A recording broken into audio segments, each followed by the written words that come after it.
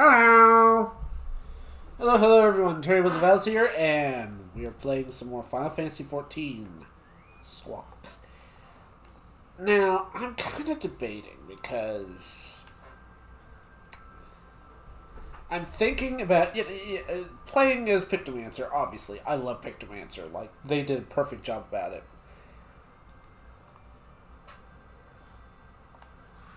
But then there's this. I'm very tempted to try and do Viper, but honestly, I don't think I'll be able to. Like, the buttons are so random. I don't know. I honestly don't know. Plus, I'm trying to get Red Mage up to level 80, and then there's also Reaper that I need to do.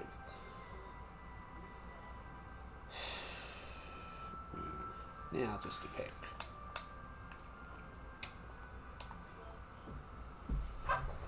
Commander Alden awaits us in the Royal Palace. If you would follow me.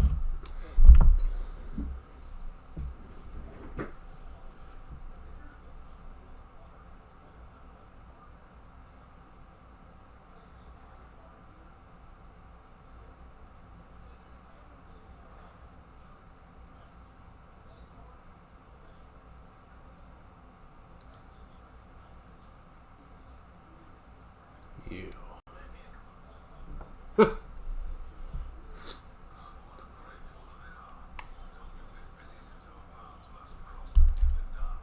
More or less.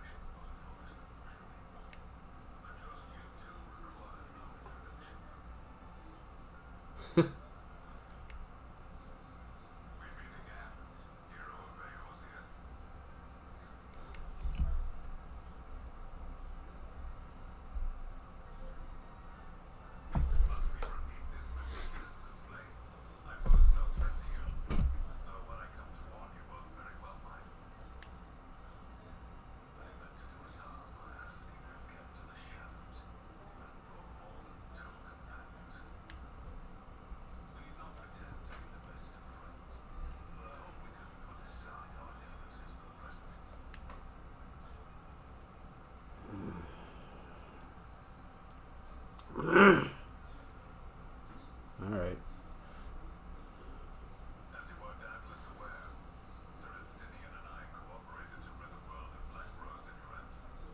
Yeah.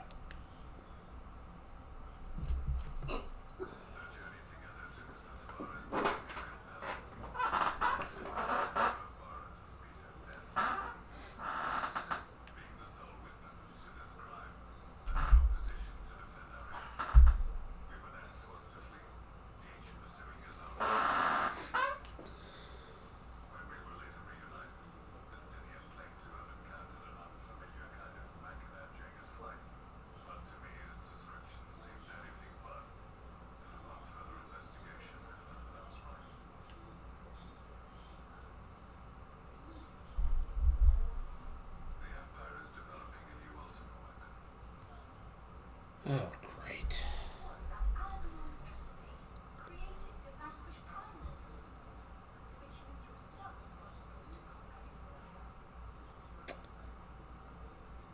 Pretty much.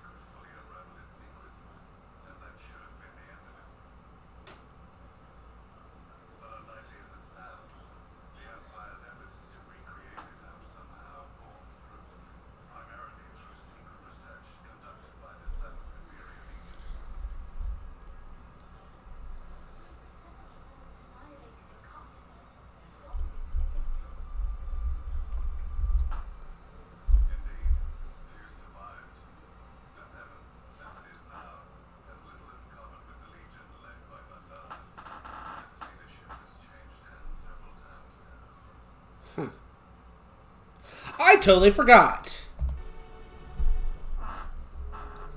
I didn't have that up. I apologize. Precisely how this project has continued despite such turmoil, and under whose auspices, remains a mystery. What we do know, however, is that a number of prototypes have been produced, and that one of them is on its way to Eorzea. We attempted to stop it, but it was all we could do to slow its progress, so we resolved instead to bring you warning. And right glad are we that you did, though it soundly dashed our hopes that tensions might ease at last. As it is, we've begun to strengthen our presence in the Gimlet Dark, and are assembling a force to meet the coming threat. A force with you in its vanguard, I hope. Before you say anything, I know full well you have pressing concerns of your own. Your comrades remain in peril, and I would not ask you to forsake them, but the fact remains that you, and you alone, have faced the Ultima weapon, and emerged victorious. We need you. And so, when the time comes, if your comrades can spare you, I bid you lend us your strength. I've assigned an officer to await your word. Alright. The Ascian's downfall was to be the work of my remaining days, but it was my hand that kindled these flames, and I cannot allow them to spread any further. I will do what I must to see this mistake consigned to history once and for all, even if it means begging your aid. The Fates will enjoy the irony, even as I endure the ignominy.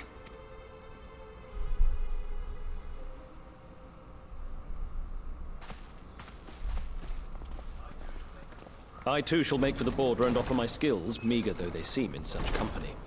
Mayhap we shall meet there anon. Man, he's tall. Though we can ill afford to ignore the coming of a new Ultima weapon, our friend's plight grows ever more precarious, and none save you can join them in the first. Yeah. I only hope you are not forced to make a choice.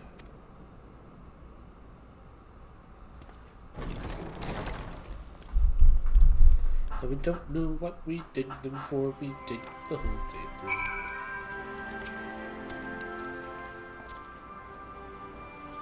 As ever, the way forward is paved with difficult decisions.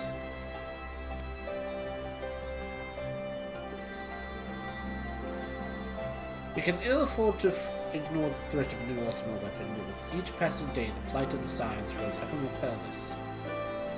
We cannot stay for a debriefing on the Ultima weapon. I will not stop you.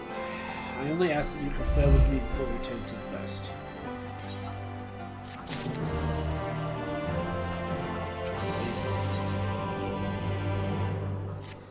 I take it you're ready to return to the first? Then I would ask that you appraise the others of recent events here in the source, namely Xenos' return and the development of the new Ultima weapon. As for their bodies, you may assure them that Master Matoya and I will continue doing what we can to keep their corporeal aether stable. Safe travels, Terry, and I hope to see you and the other Scions soon.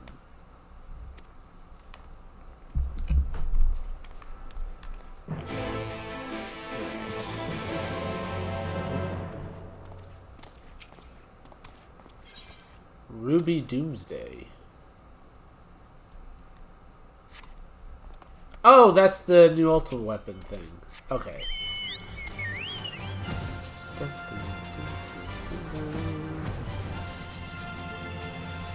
I don't know if I should do that. I really don't. You're right. Return to the Crystarium! Return!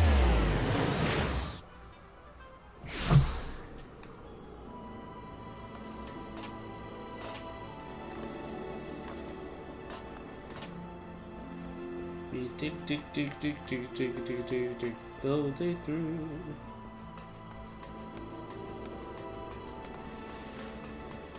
We dig, dig, dig, dig, dig, dig, dig, with what we like to do.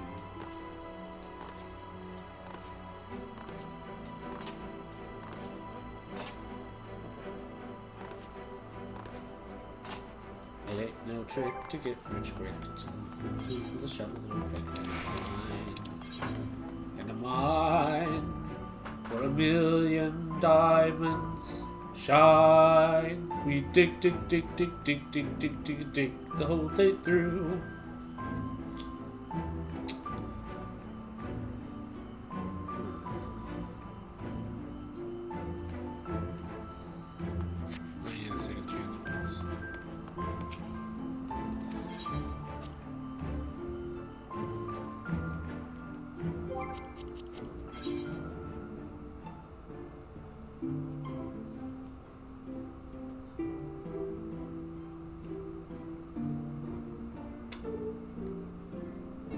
Should I?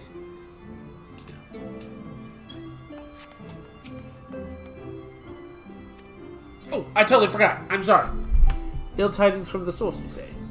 Then I will summon the others. There might be a pricing situation.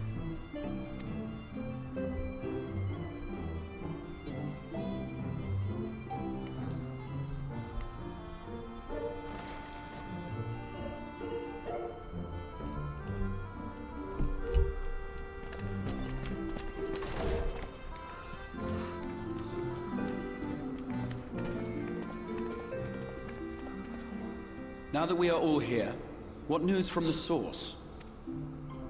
New ultimate weapon.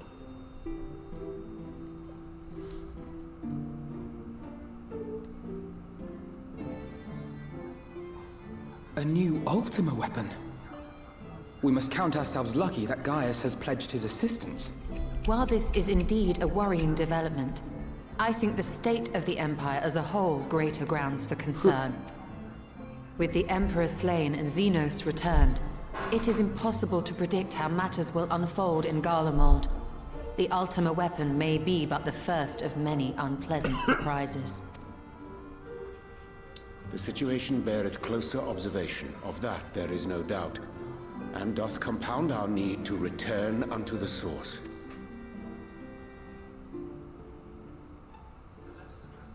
Then let us address that issue. Our long search for a means to see you safely home may well be nearing its conclusion. Thanks in large part to Urianger and Becklug's invaluable insight, we have succeeded in fashioning a vessel for the journey.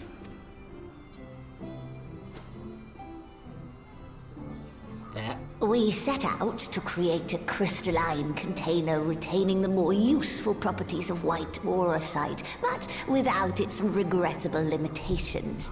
And after a good deal of trial and error, we made one. An ark for soul and mind both that will allow your incorporeal self in its entirety to be ferried between worlds. A spirit vessel, if you will. However? Though the vessel is possessed of the requisite qualities to hold mind and memory, it wanteth yet for a means to receive of them. For that, we must needs imbue it with the Exarch's innate gift. Meaning? A gift that lives on only through the blood of the Allagan Emperors, which certainly does not flow within aurosite or any other crystal. Just so, milady. The blood serveth as a conduit of sorts. In its absence, memory cannot pass from mind unto mind, nor from flesh unto crystal. That being the case, we must either alter the process of inheritance so as to require no such thing, or determine a means by which my blood may permeate the vessel. I am hopeful that the records found within this tower will yield the knowledge we require to pursue one or the other of these avenues. As well you should be. The Allagan's body of etherological research is extraordinary. I can scarce believe it the work of ages past. But its underlying principles are not so very different from those of my own field of study. Given time, we will find the answers we seek.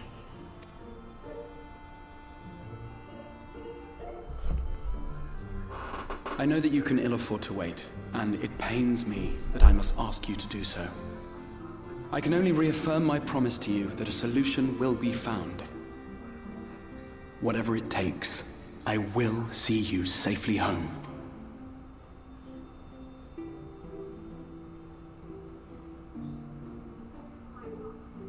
My apologies. I do hope you haven't come to tell us that mortal peril fast approaches. No. I had hoped to speak with the Warrior of Darkness. But there is no need to cut short your meeting on my account. I will be waiting outside.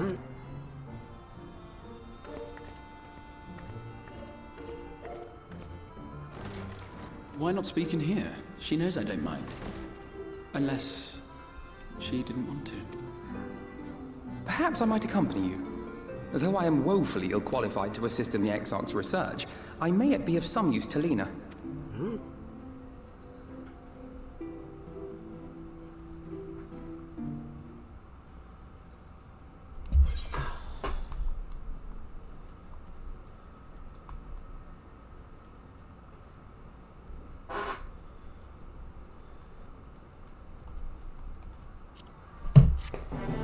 To sell some stuff.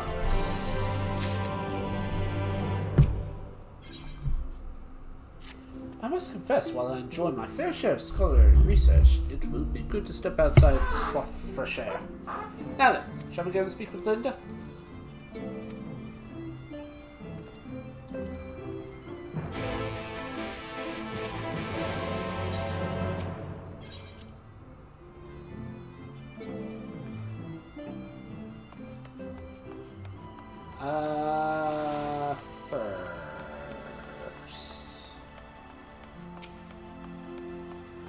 Let's detour.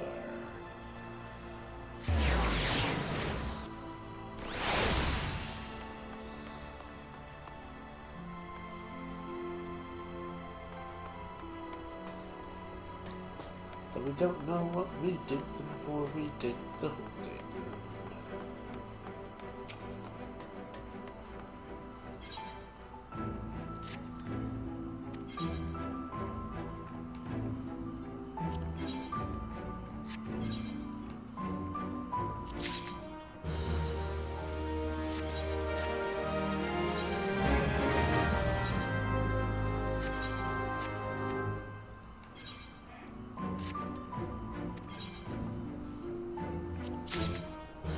Iron Wings.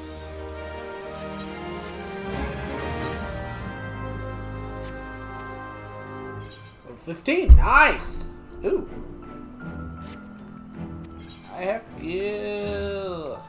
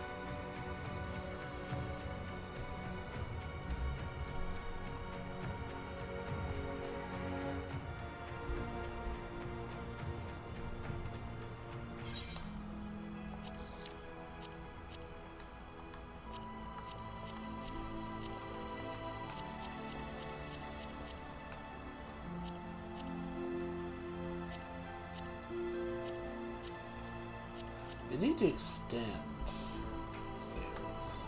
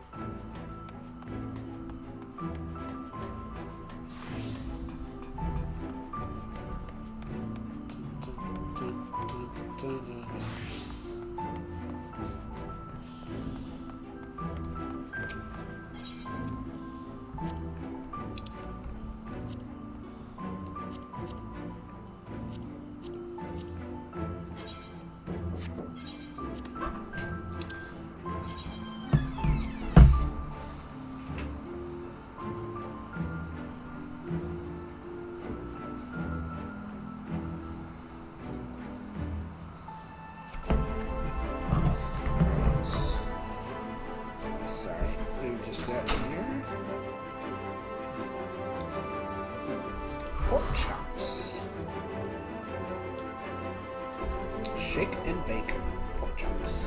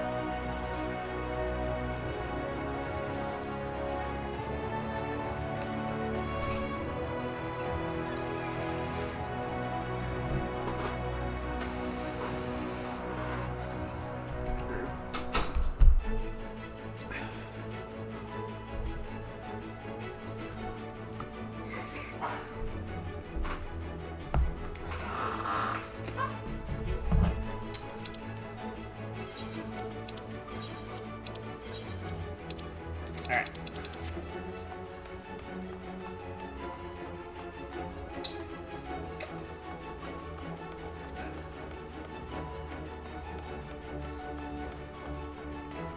I think maybe I should just...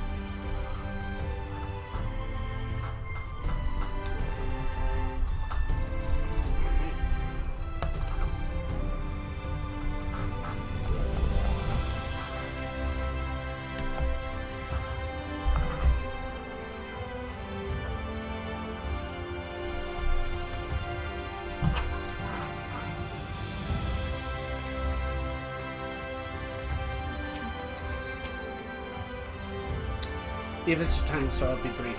The Sin-Eater has been sighted in Lakeland. Ask for assistance in Slayer. What?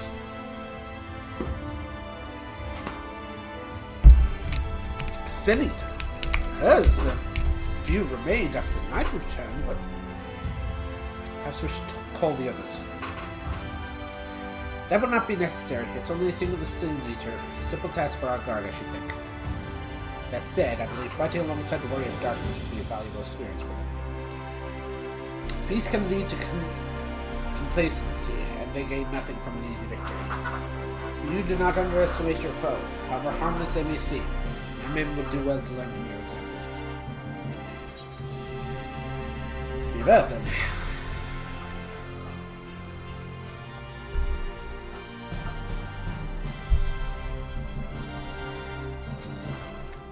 Excellent, and that is me for Fort Job.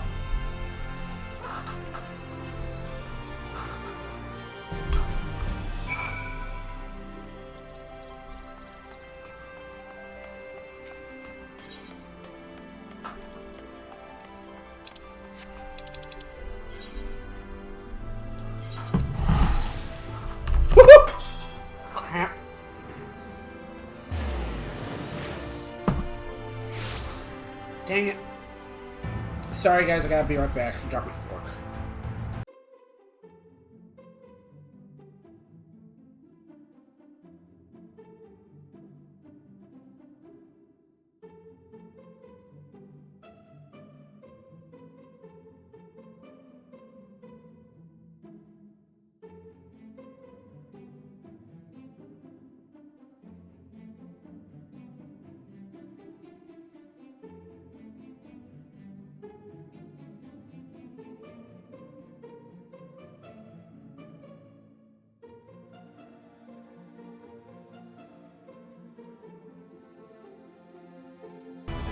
Alright, I'm back.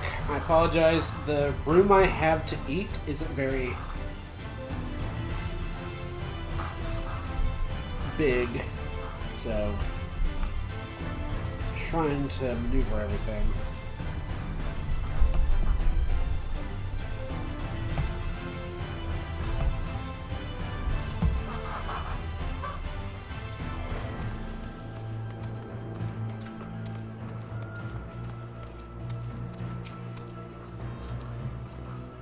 If we would wait here for a moment, I'll get the others.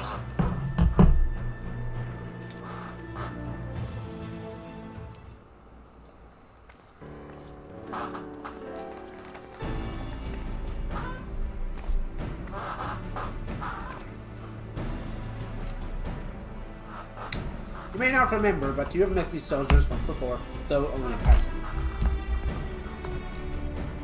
Long have they awaited the opportunity to fight by your side.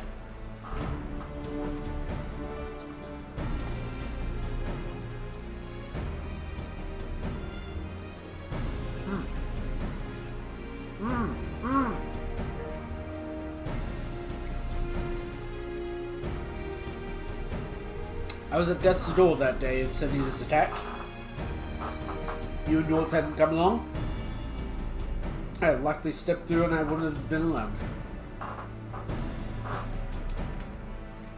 Your courage and selfishness is something we all need to aspire to.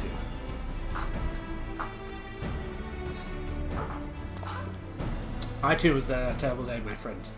I was transformed into a Sinian before my very eyes. I had no choice but to cut her down. The thought of returning to the field holding the blade again filled me with dread. There's no way to honor my comrades, and so I have returned. I swear I will not let you or anyone else down from this day forward.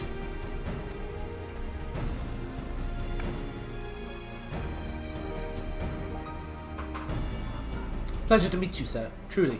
Seems like only yesterday I watched as you fought with Strahd and Maro to go and save the Orc. Strange to think Morian soldiers with long blades now is by our side. We will do our utmost to keep the peace here in Lakeland.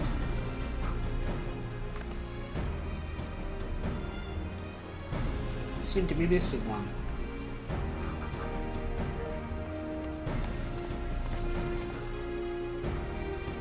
My apologies, Captain Lena. The Northern German asked I escort them to the clinic. It took on.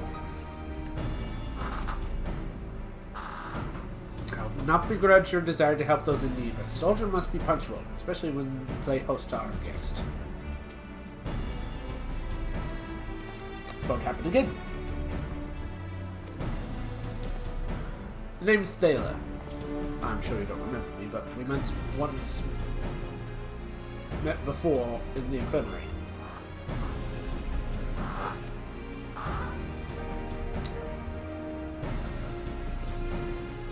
Need like a little arrow bit. Do-do, do-do, do-do.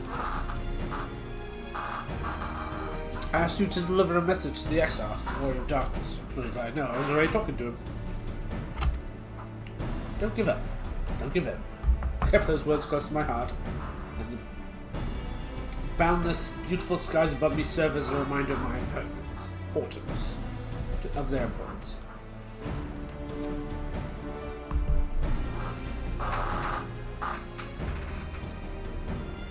My friend got to see the Knight's return shortly before he passed. He left this world with a smile, satisfied with glimpse of what was to come. There are countless others once, unfortunately. They give their lives to a promise of a future they never know. So it falls to us to do everything we can to fulfill our purpose. No matter what happens, we won't give up. We won't give in!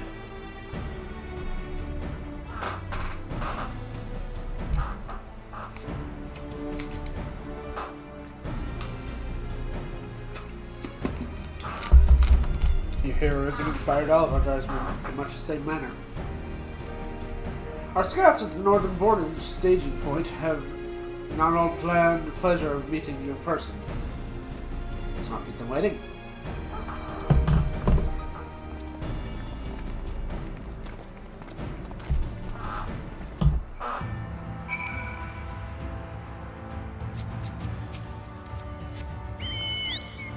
Fly!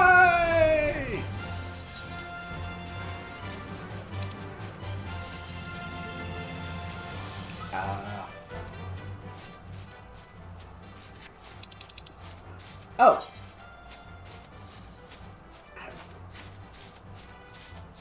Right. Fly! Onwards! For Gallifrey! For victory! For corn! Delicious corn on the cob.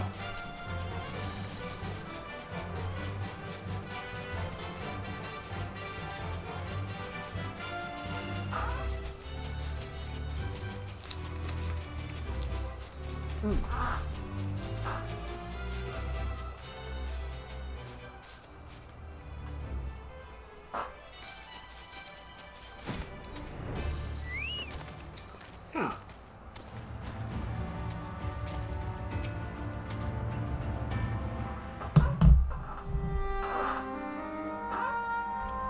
Seems like we got here just in time.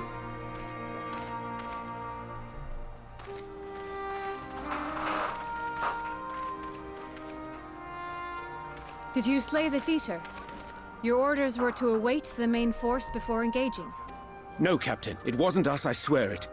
A man came out of nowhere and cut it down before we knew what was happening. By himself. Certainly it is no light warden, but nevertheless. It's true. Felled it with a single swing of his axe, he did. Never seen anything like it. So I says to him, "Who are you, the warrior of bleeding darkness?" And he says, "No, I'm a warrior of light." And that was it. Buggered off as quick as he came.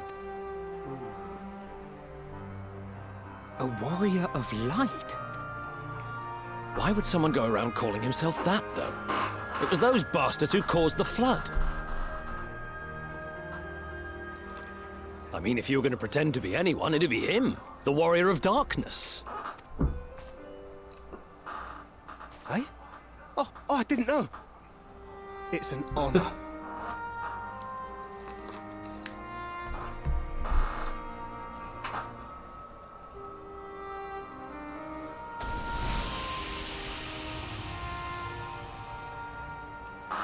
Since the Eater is no longer a threat, our work here is done. Return to your posts.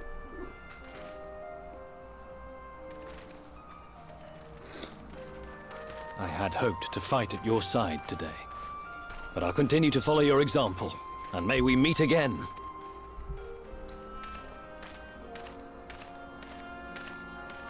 I apologize for the wasted journey. It seems I overestimated the threat. As for this warrior of light, I do not know who would be brazen enough to take that mantle for his own.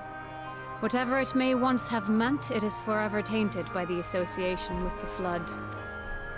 The Exarch told me the truth of Ardbert and his comrades' deeds, and I am aware they played some part in your own triumph. But to most, they are synonymous with the calamity that befell this world. Still, if this man is minded to destroy Sin Eaters, I may forgive him his unfortunate choice of alias. But that is neither here nor there. I thank you for accompanying me.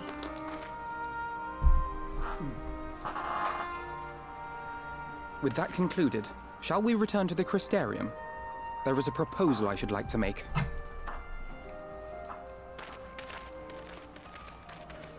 Forgive me. There is one more thing. A personal concern of mine. I had hoped you might have a moment to speak privately. Alright. Take your time. I shall go on ahead.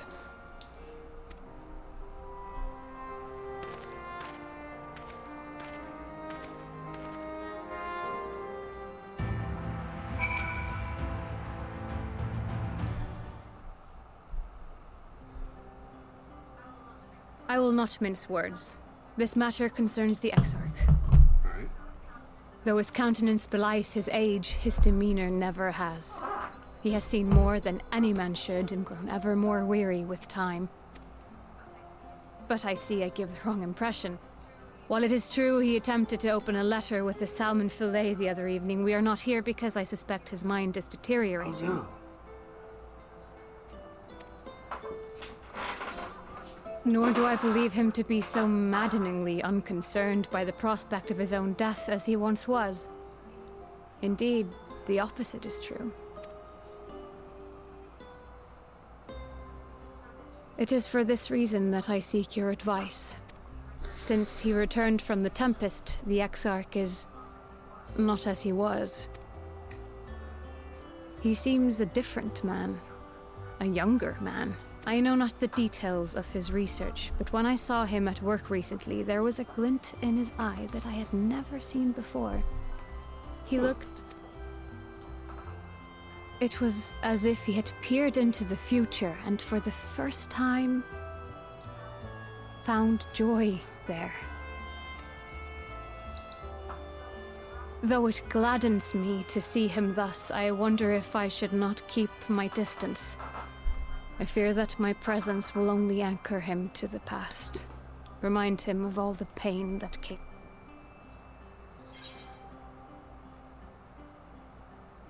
Anchors keep us where we've chosen to be. It's lost without you. And he misses you already.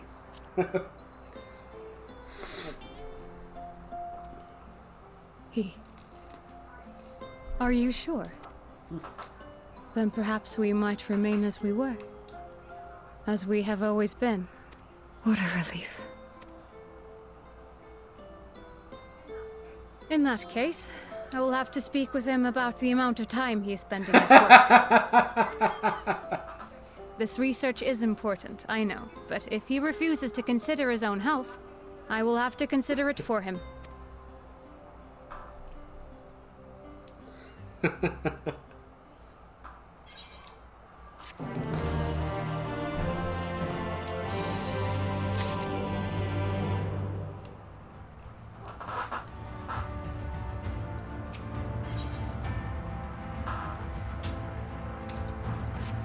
I will not keep you. You and your comrades are much distress. I'll see the others back to the bus.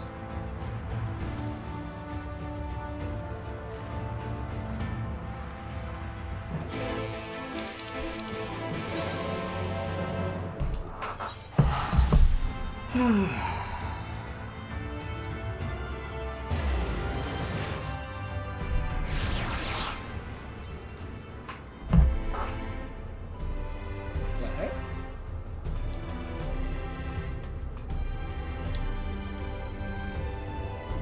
Why?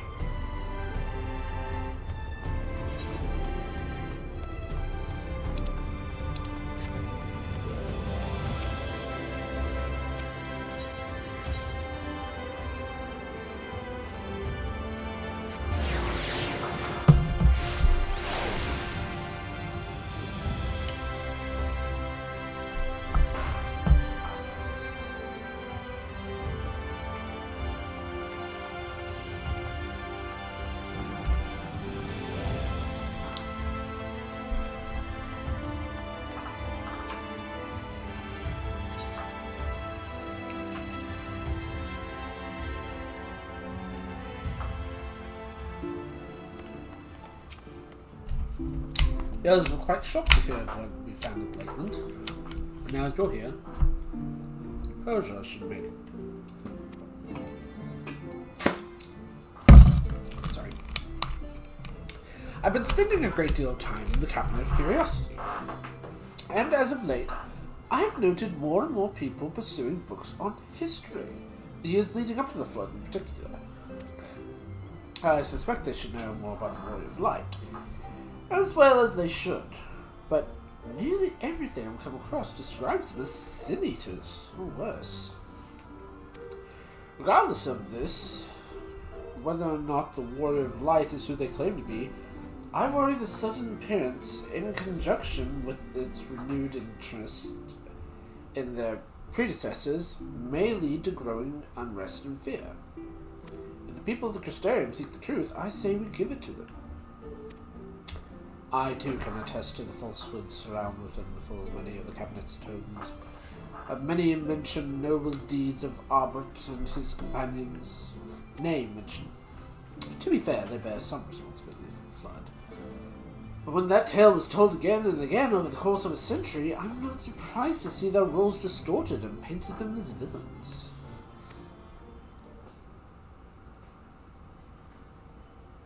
Were it not for the records stored in Crystal Tower, I would have no reason to question the narrative. Unfortunately, that knowledge is no use. When I arrived here in the first, their reputation had already begun irresponsibly tarnished.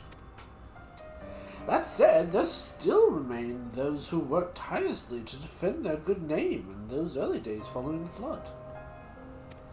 Considering all the good it had done, I find wonder they needed defending at all. They brought to justice the man who misused my knowledge to bring about the fall of Vobert. That such heroes could be spoken of in the same breath as sin eaters. It's absurd.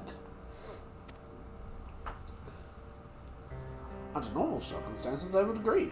As times passed, those who knew firsthand of their deeds dwindled, and in the end, only one truth remained.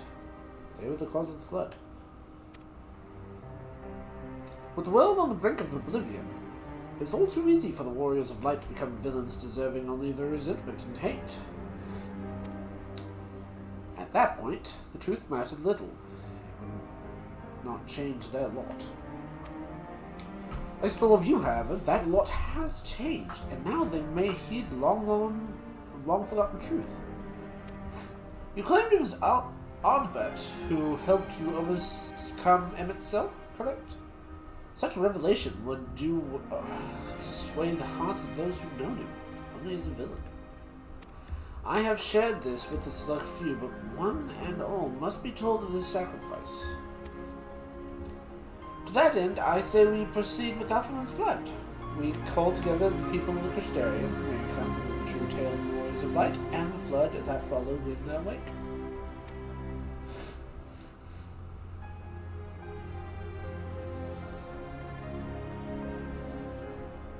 Well, what say you, Terry?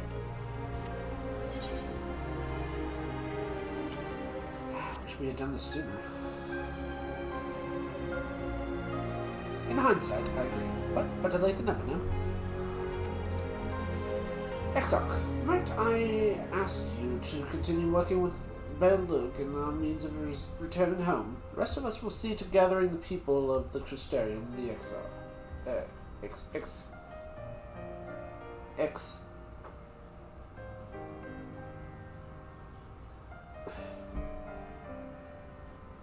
Exedra.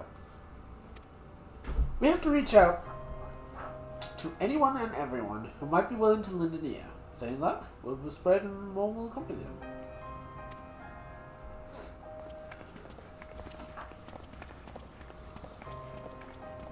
I wish there was an engine.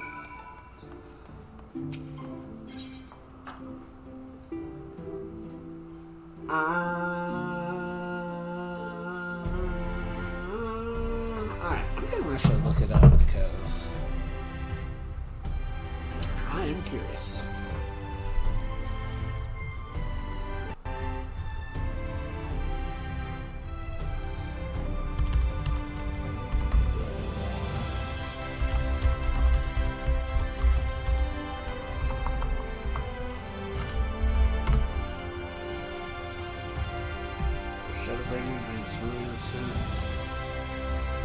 Echoes of a Fallen Star, that's where we are. Truth.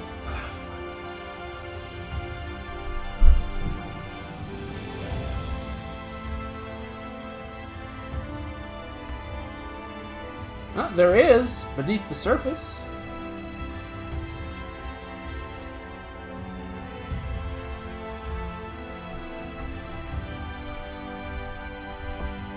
Okay. 455.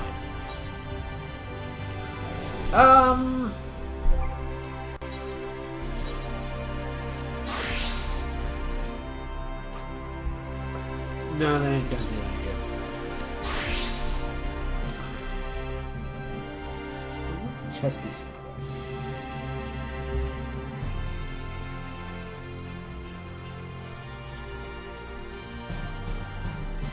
Well, that sucks.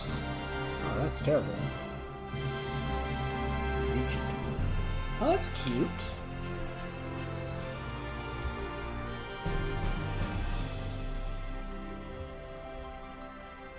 Oh! Oh! Riding the turtle, right, yes!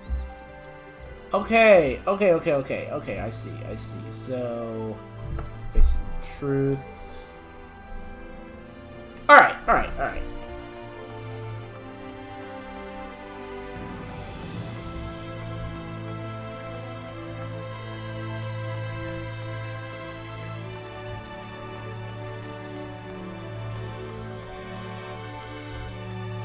Heroes gone. Alright. Okay! Alright. Now I know what to do.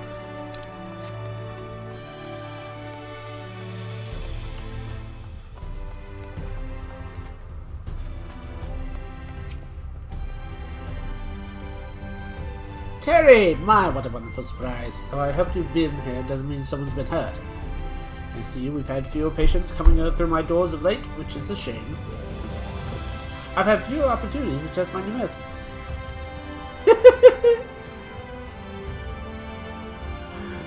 Just of course. It's actually quite pleasant to have a few moments to myself now and again. Truth about the Warriors of Light. But the Airsoft's already spoken with me about it. Well, there's more to the tale. I'd very much like to hear it.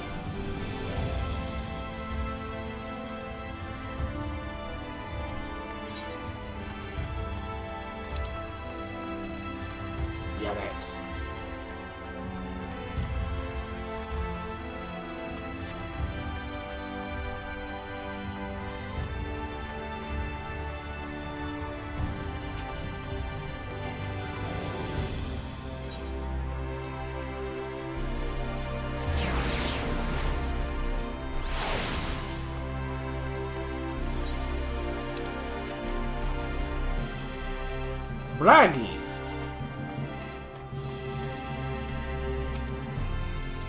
Come to Bloods wares of the market, have you? Well, I can guarantee you'll have no trouble finding what you need, whatever it may be. Under Yellowmore's new leadership, trade has begun more prosperous. Word that fellow Data Stonewall has taken over as mayor. Did you really? No wonder business has been in the way it is. I imagine it won't be long before all of Norvat reaps its benefits. But you've come not to talk about the market. Something on your mind. I see. The Exarch did mention they had something to do with you returning night to Norvat. Alright, consider my interest piqued.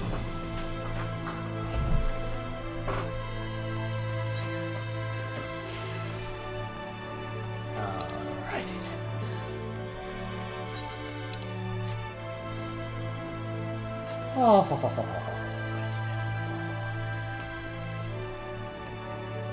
1 minute.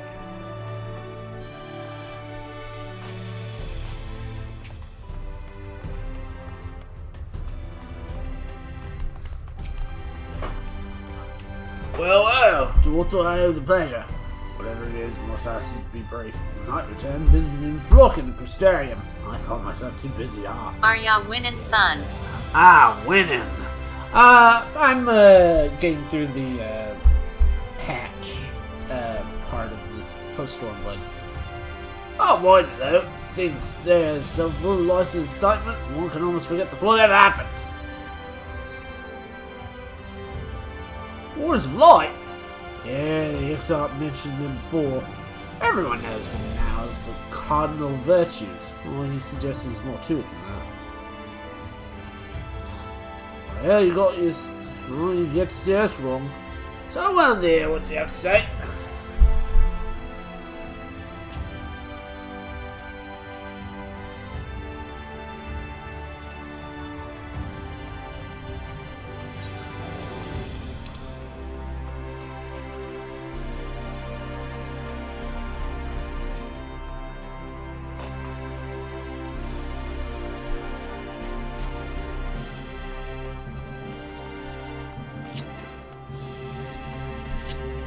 Run.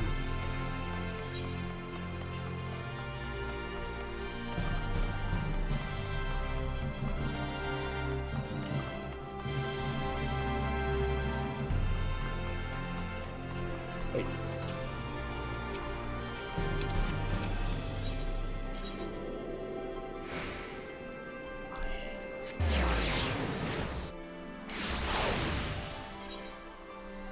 Waha.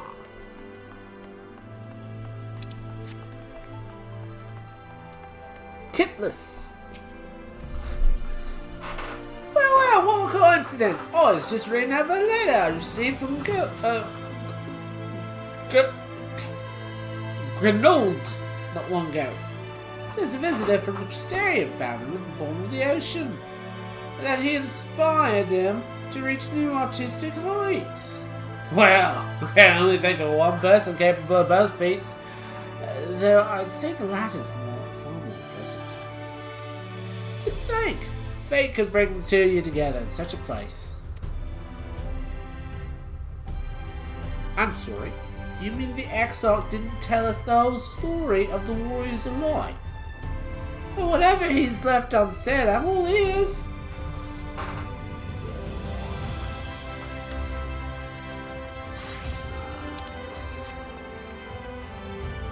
Nani?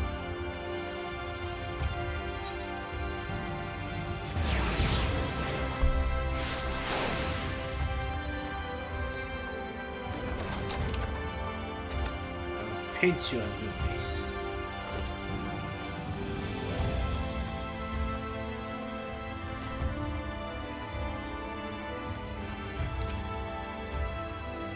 This can't be. Surely there's at least one book that does not cast the Warriors of Light and it is the second grade of night.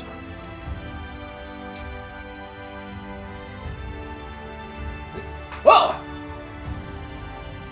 Oh, Terry, forgive me. Captain of Curiosity has been bustling with visitors of late. I fear our repository lacks the knowledge that they seek. People wish to know the truth of the Flood, or the Warriors of Light.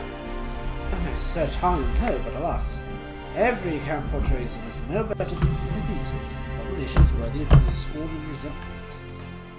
I know they were not always judged so harshly, yet I can find no proof, and I dare call myself a librarian. I just kiss them. You would address the people and tell them the truth of the Warriors of Light, of the Flood. My sock. How wonderful! Oh, you've regaled me with the tale once before, but I should love to hear it again. Oh, and you may rest assured I will not come down. Thank you.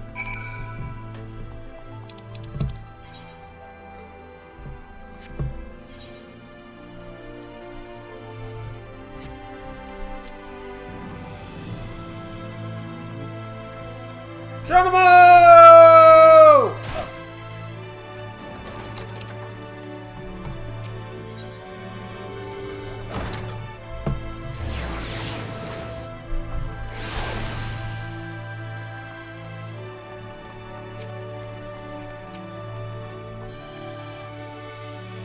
There you are.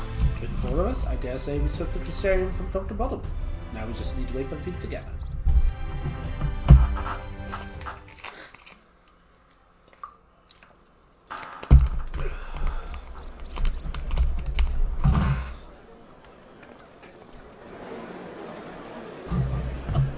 Oh, sorry, I forgot to say, hey, Weiss. Yes, this looks to be nearly everyone. Let us begin, shall we? Though I am usually the first to hold forth at such events, I think on this occasion that honor should fall to you.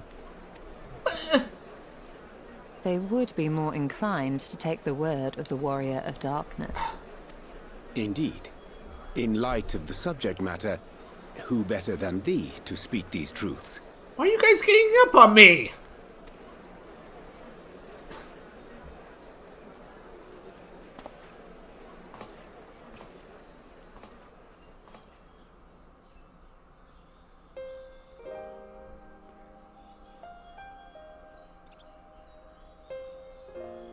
I'm mute.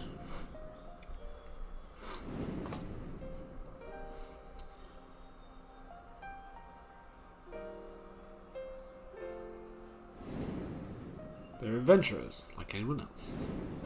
They just want to help.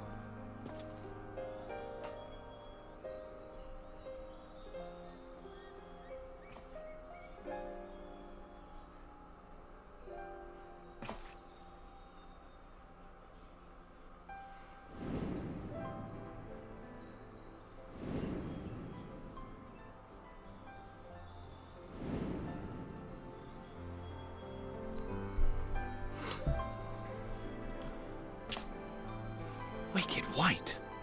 The Warriors of Light did all that? So they never... I mean, they only ever wanted to help. And when everything they'd done turned to ash, they still carried on. They gave everything to stop the flood. First their lives, then their souls. And they managed it too. In the end. They saved us. And we cursed their names.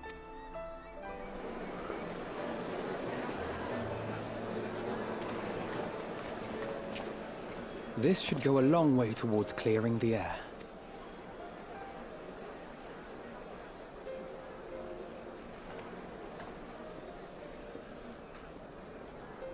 What? Not possible.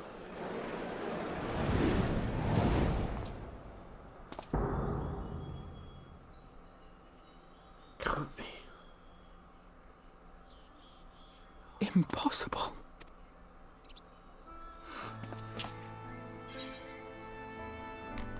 You can see him too. I definitely see something. You don't think it's a ghost, do you? Nay, yonder standeth no bloodless apparition, but a warrior of light and darkness both. Ardbert. What in the world?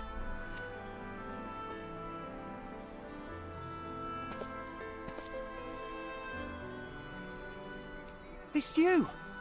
The one who slew the Eater!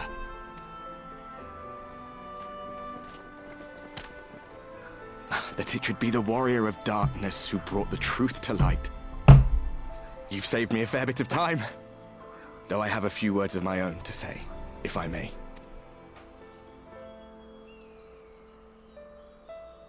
People of the Crystarium! I am Ardbert. One of those you know as a warrior of light. What? That's impossible. You should be dead. Aye, that I should. But as the world has been given new life, so too have I. I know not why I, and I alone, have been gifted this chance. But I do know this. Only by the will of the star itself could such a miracle come to pass.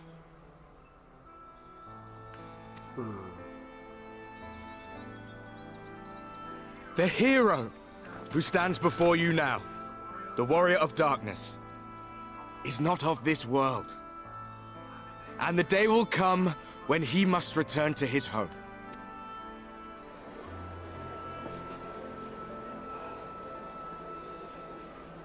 But this land is our home. And if it is to remain so, now and forevermore, it is we who must protect it. The time to rely on saviors from afar has passed. It is you who must rise. You who must become the new Warriors of Light!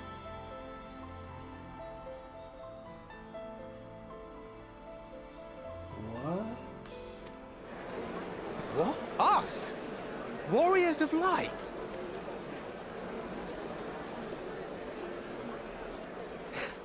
None of us were born heroes, my friend. I was only ever a man with a thirst for adventure. But wherever my journeys took me, I was invariably confronted with the same choice. To lend what aid I could to those in need, or not. And I always chose the former. Any one of you could do the same. All you need is the will to help your fellow man, and the resolve to see it through.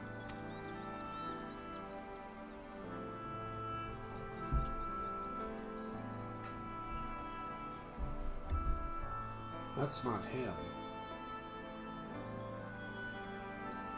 From thine own lips did we learn of Ardbert's fate, and by thy countenance I gather thou art not inclined to recant thy testimony.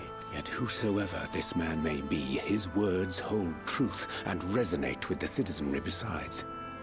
For us to voice our doubts here and now would serve but to sow disquiet. 'Twere better we retired unto the ocular and there discuss this matter in private. Go. I will stay here and watch.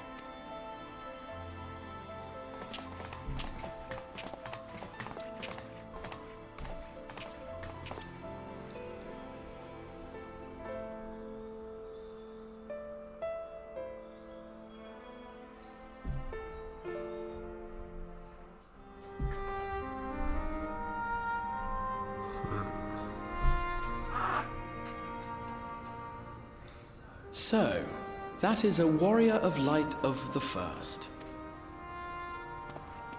I've not had the pleasure of making his acquaintance, but as you all seem to be in agreement, I gather this is no simple case of mistaken identity.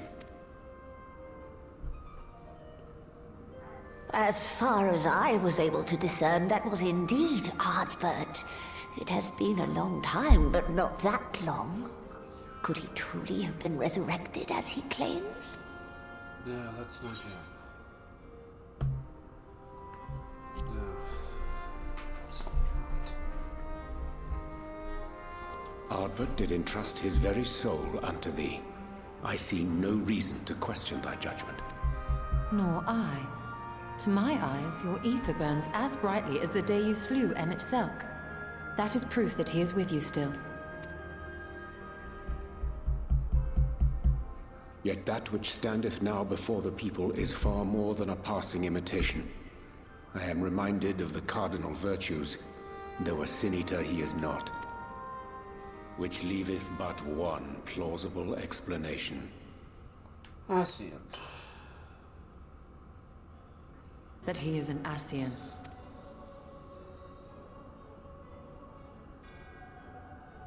Given their fondness for posthumous possession, I would have to agree. From what I understand, the Warriors of Light were laid to rest in Yulmore by those whom they had aided in life. At the time, some few still remembered them as heroes. Needless to say, 4 of them were subsequently exhumed to serve as the virtues. And if one knew where to look, Ardbert too would not have been difficult to find.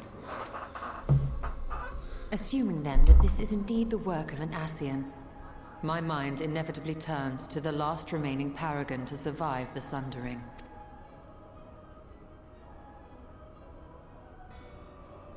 Elidibus.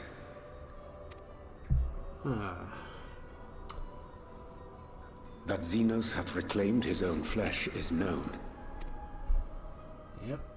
Thus evicted from his borrowed form, and cognizant no doubt of Emmett Selk's failure here in the first, 'tis quite possible the emissary chose Ardbert for his next vessel. Great. Inhabiting the flesh of the fallen. My, that is unsavory. And they do this often, you say? Surprisingly enough, he's the only one who's done it. Verily, for they possess no corporeal forms of their own. In what one may term their natural state, none save those gifted with the echo can perceive them. They're a little more than ghosts, honestly. Indeed, when Elidibus intruded upon the waking sands, his presence did go unmarked by all save Minfilia and the Warrior of Light. On that occasion, I myself remained ignorant of his coming until after his departure. It was only at a later juncture, when he deigned to appear before me in borrowed flesh, that I was finally able to take the measure of him. In such puppetry do the Ascians engage when they seek to influence the course of history. And they have gained much by it. Emmett Selk single-handedly built the Garlean Empire in this manner, while La Hebrea came close to conquering Eorzea, having taken possession of Thancred's living body. Yet it must needs be noted that the Ascians cannot avail themselves of all mortal vessels. For were they able to do so, none would serve as a better pawn than our own redoubtable champion. Mayhap the blessing of light shieldeth Hydaelyn's chosen from Ascian influence. Or mayhap other forces are at work. We cannot say for certain. Whatever the reason, I hope it holds true. I dare not contemplate what might come to pass otherwise. Is it not peculiar, then, that Ardbert's mortal remains should be susceptible, given that he was once a warrior of light? Or did the final departure of his soul make it possible, perhaps? Regardless, to hear an Ascian use him to call forth new warriors of light boggles the mind. Not quite. Elidibus hath ever been an enigma, his ostensible purpose being to preserve the balance between light and dark. When he made overtures towards me, however, I was afforded a glimpse behind the mask of the self-appointed emissary. I shall not defend mine actions, undertaken in pursuit of a better understanding of our foe as either wise or prudent. Nevertheless, what little I did glean may now prove useful. Elidibus possesseth a subtle mind, practiced in the art of manipulation. That he coaxed this star's most valiant heroes as far as the source with naught save half-truths is no trifling feat. And now I believe he doth employ his skills once more to some as yet unknown end. Though naught is certain, should my suspicions prove true, we shall have need of all our wits if we are to uncover and thereafter thwart his plot. Agreed. 'Tis plain that simply speaking out against him will not avail us. At best, it would only serve to confuse the people. And I would hesitate to do anything which might tarnish Ardbert's reputation once more, nor yours by association. That being the case, it may be wise to keep a covert eye on this Ardbert's movements, as we attempt to discern his purpose and how best to mitigate his influence.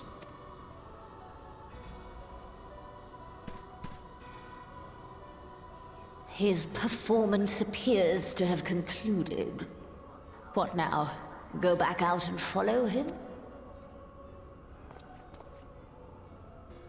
It would appear Master Alphino already hath pursuit in mind, and I suspect one pair of eyes shall better serve our cause than half a dozen. Let the rest of us maintain an inconspicuous distance, for the present at least.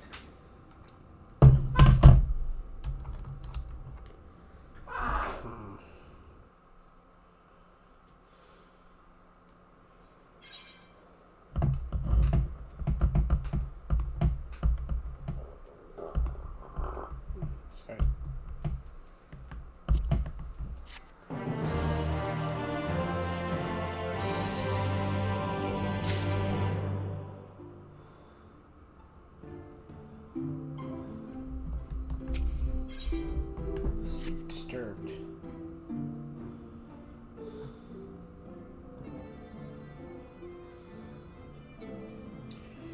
You did well to dispel the falsehoods surrounding the Warrior of Light and their actions prior to the Flood. Though I must say the appearance of Ardbert, or rather what who incorporated his identity, is a rather curious development. He is an impostor, of that there is no doubt. But to the masses, he will appear as a hero returned from the grave. After the Warrior of Light were laid rest in Neomore, the people prayed fervently for the gods to deliver them from their plight. Prayed that these fallen heroes be born again for their sacrifices. Bitter irony. I, for one, would like to know why Albert just urged people to become warriors of light themselves. Ere we to take action, we must needs attain his intent.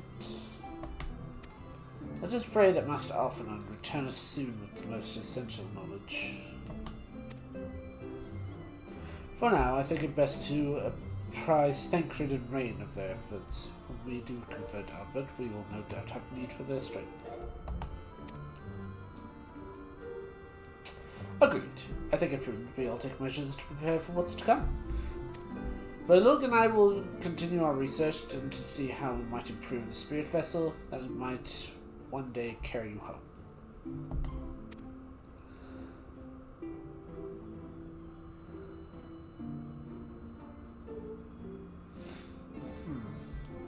Then I think it's time I return to the Great Wood. Until now, everything we've learned of the Ascians has been handed to us at their leisure, but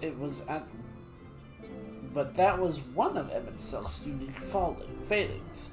I have no reason to think Oedipus will be as forthcoming.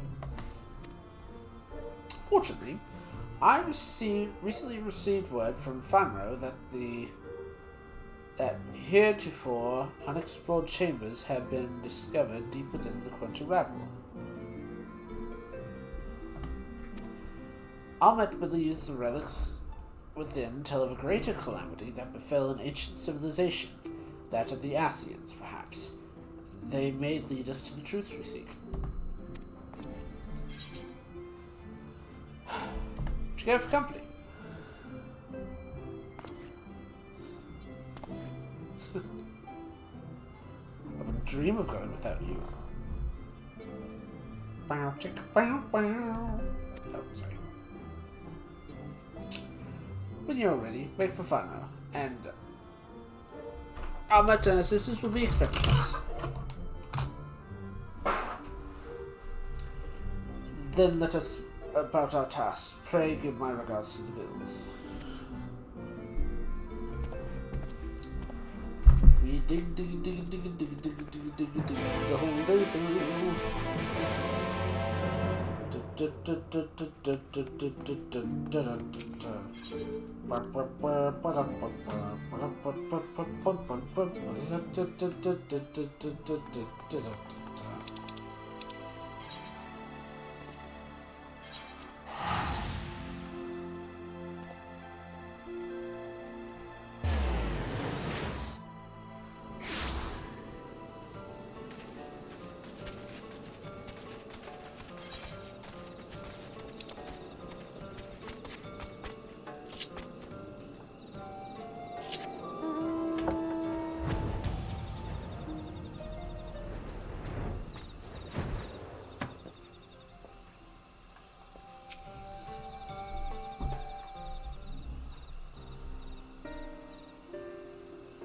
Welcome, allies of Ronka.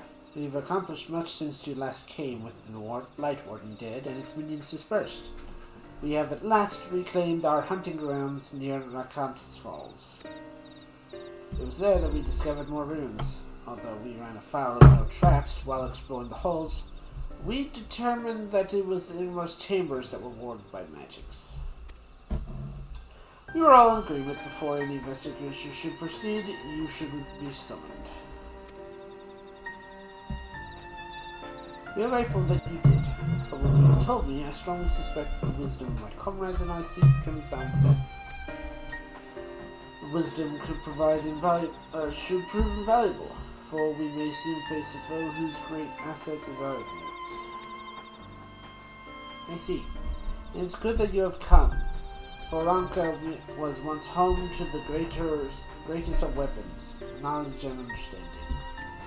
It is our duty to ensure that you and yours do not want for either. That said, you must proceed with caution. To have reached the inner chambers unmolested suggests a more formidable deterrent lies up within. Oh! Come now. Surely a threat sleeping within the ruins pale in comparison to those we faced thus far. It's not a game, sister. You shouldn't be so eager to run headlong into danger. That's smart. Oh? And who is pining for the return of our allies when we might venture into the ruins, clutching a staff at night, wishing it would? You promised not to tell! Wishing it were who?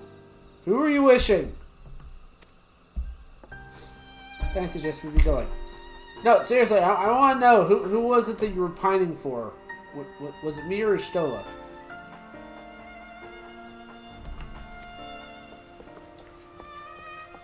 Get back here!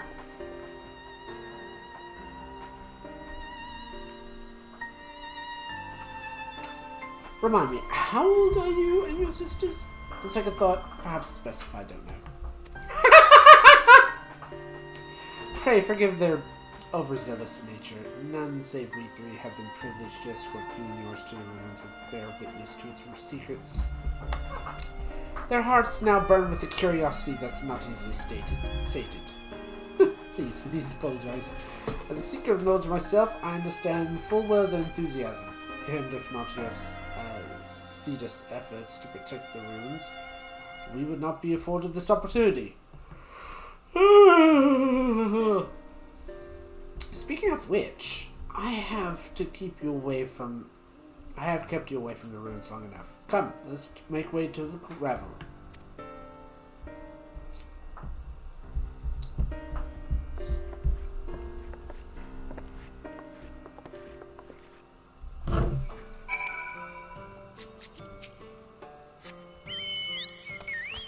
Fly! Fly!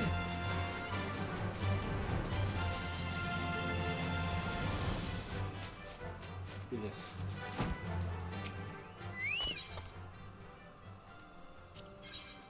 Oh, right.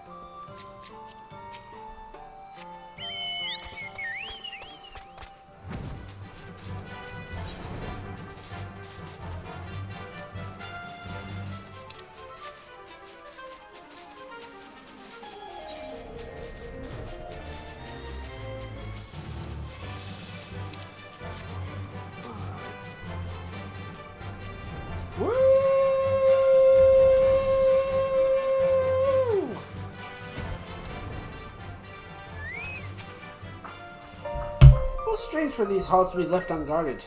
Have care when breaking the seal of the chamber door. Danger surely awaits on the other side.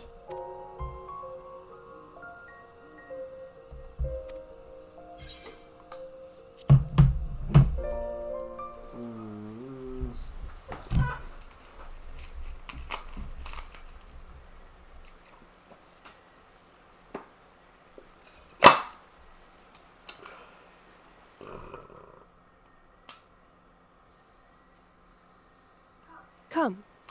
Our new discoveries are to be found this way. Oh.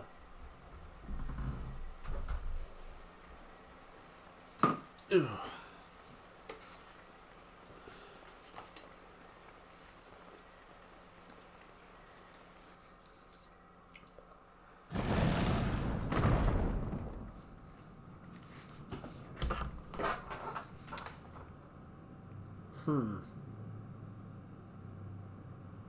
The people of Ronka are known to have venerated animals, but these features do not match those of any indigenous species. This is no common beast. No. Though that much is plain from its proportions. That's... Lifelike, is it not? One could almost imagine it breathed. So what is it? Ah! Why you... Ugh.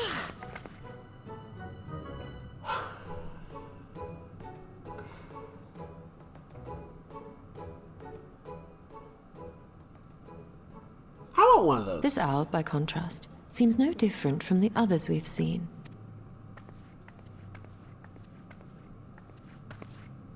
The sealed door lies ahead.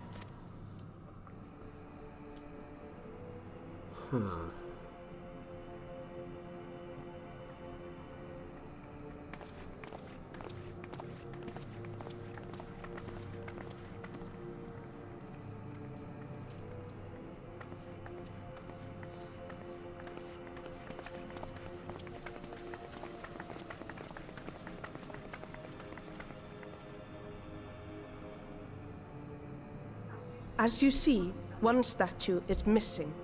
I expect we are meant to replace it as before. Okay.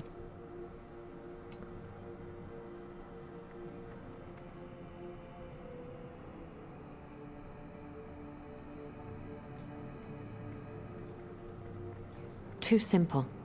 There will be some additional defense mechanism.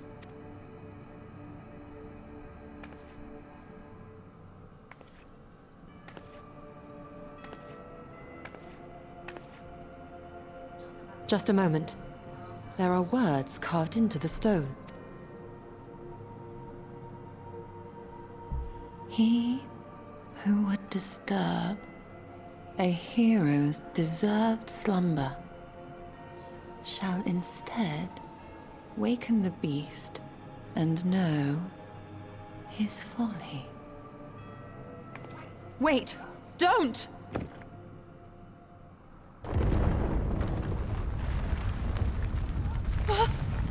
What? But I only... What is happening? Well... Oh no, oh no, oh no, oh no, it lives! Why am I not surprised? Prepare yourselves. Is it? It's...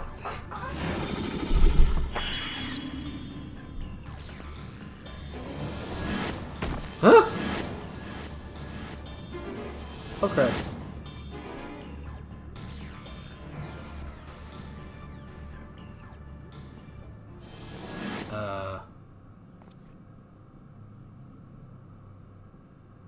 Huh. Oh. Oh dear.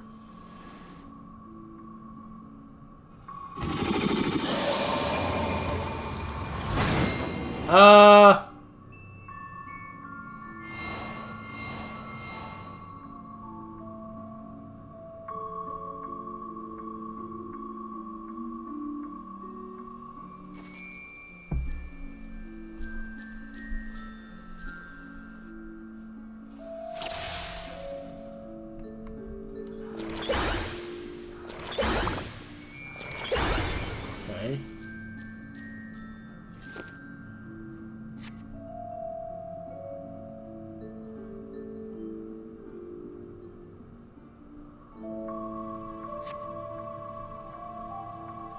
Riddles 3. Okay. Oh, it's a Sphinx.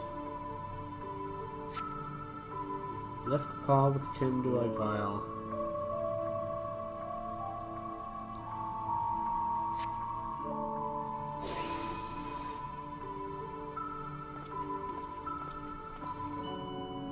Deft of paw with kin I do vile. Soda paw.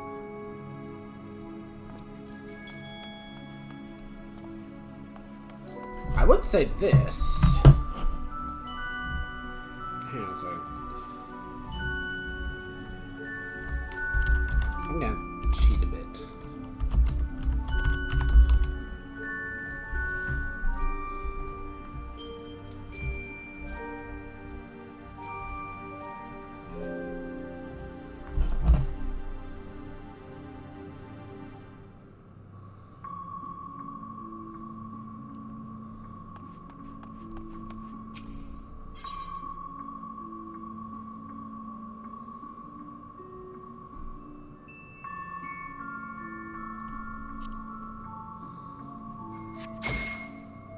Right.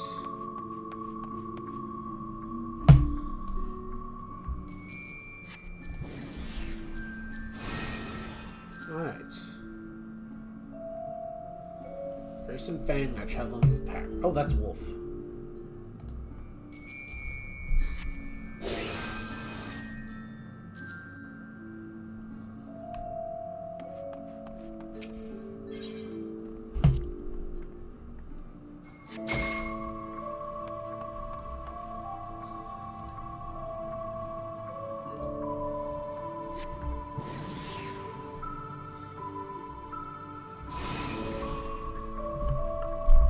Billy do I crawl? It's a snake. Serpent.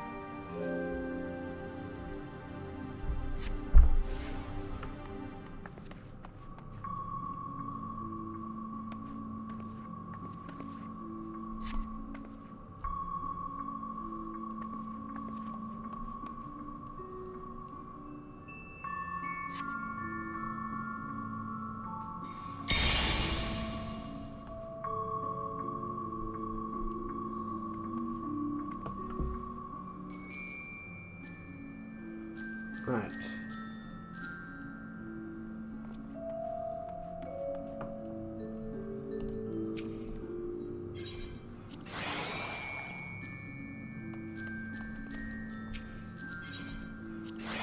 Ah. One.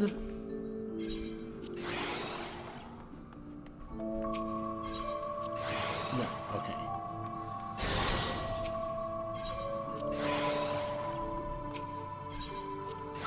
No, okay.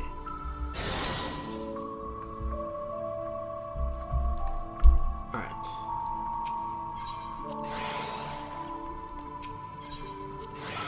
Okay, so.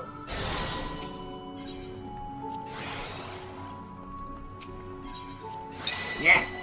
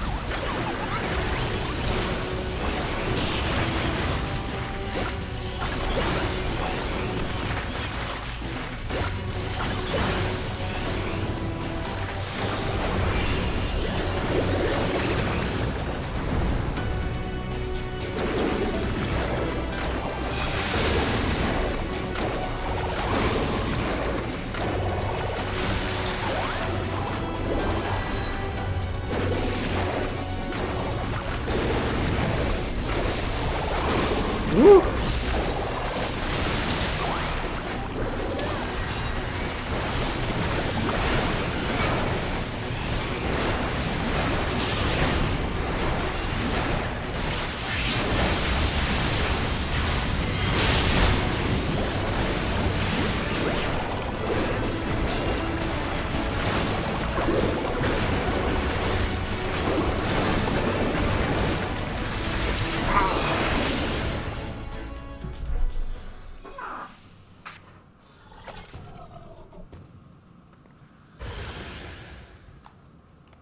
Oh, thank goodness.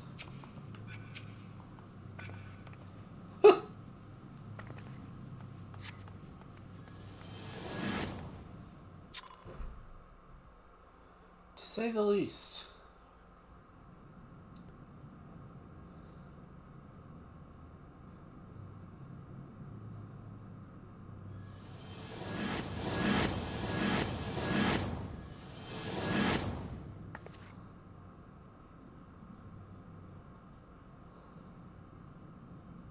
Twould seem the magics have returned us. How polite. Now, what have we learned? Stola.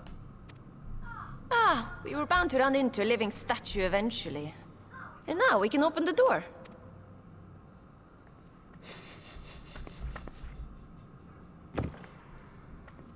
Stola, I love you.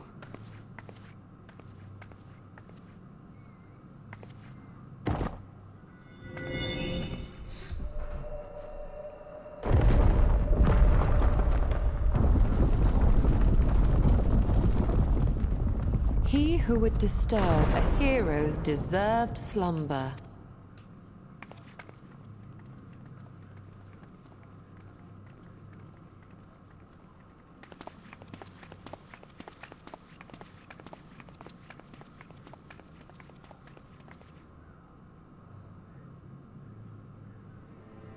Oh dear.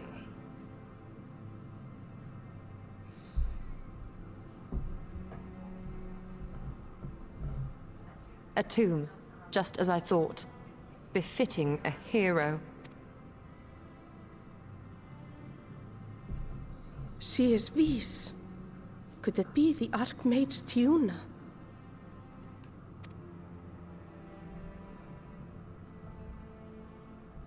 A legendary hero of Ronka, as you surmised. The tales tell of how she smote entire armies with a single incantation. So potent was her spellcraft, though she ever fought in the name of peace. I thought them no more than tales. To think she really existed. Well, I for one always believed. I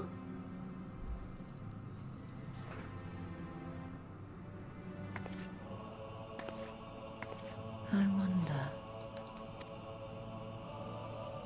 By the light of fallen stars, great power awakens. Tiuna was not only a master of spellcraft. It is said she could see truths long lost and hear the voices of men's hearts. So the echo. Naught less than the echo, in which case, none of this is mere coincidence. A shower of stars setting the sky aflame. And in both this world and the Source, we find individuals within whom a mysterious power awakened at the sight. We can never unpick the why of it. Now, however, I believe we might. Does the scene depicted here not resemble the one we saw when we first ventured into the Katana Ravel? It does. Moreover, does it not recall that which Emmett Selk invited us to witness in Amarot? Calamity.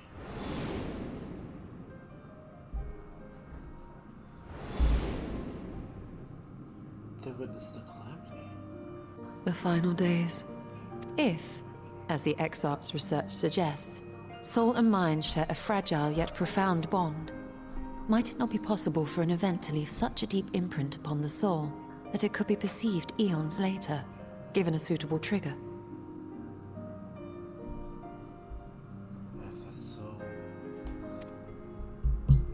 Echo defies explanation by conventional etherological theory. Or shall we say modern etherological theory? But if it is a power that once belonged to the ancients, to souls yet undivided...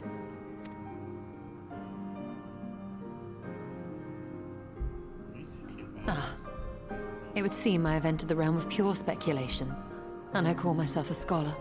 Oh, you look cute when you're contemplating. I shall refrain from making any further wild claims until such time as I have evidence.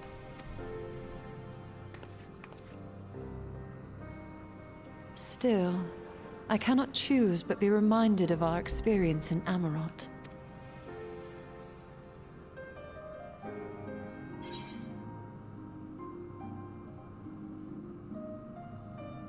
You must recall MX6's dying request.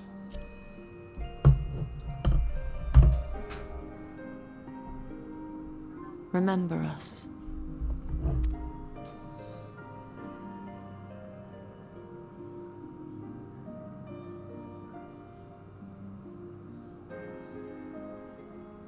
History is learned, not lived.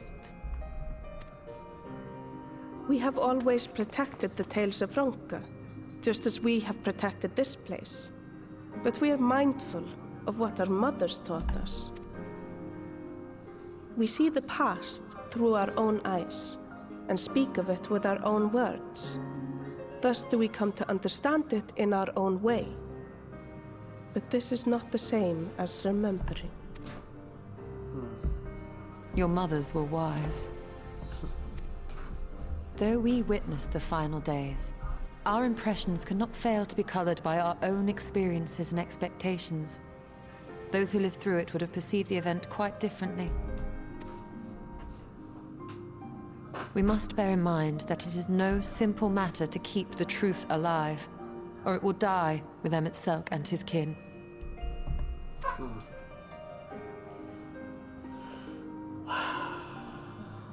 But we have disturbed Hugh long enough.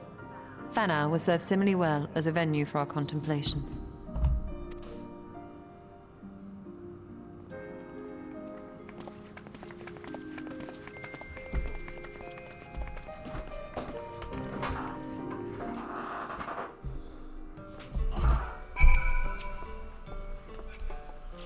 I mean, I get it. More will be explained later on, but still, this is...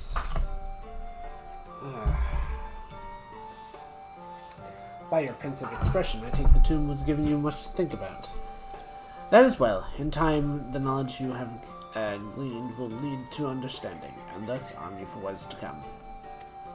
Before you leave, however, I would speak again of your teachings of forebears. If history is learned, not lived. The legend of Tunia and her exploits have been told countless times over the centuries, yet as is handed down from one generation to the next, the story changes. With each telling, the tale are of their new flourishes, detailed changed or loss. We can never truly know how she lived, for what we are not there to see it. But we're here now, to bear witness to your life.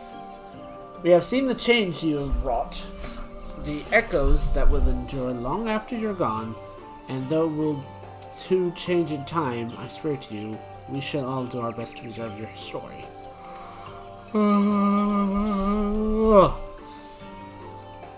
Sorry.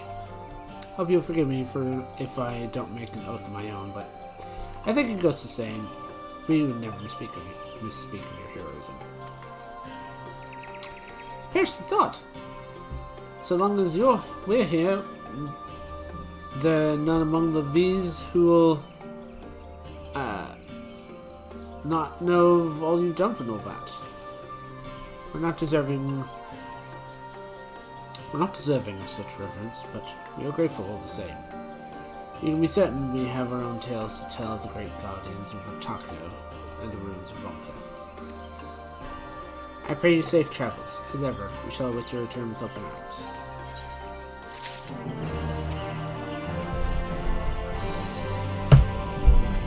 How much further do I have?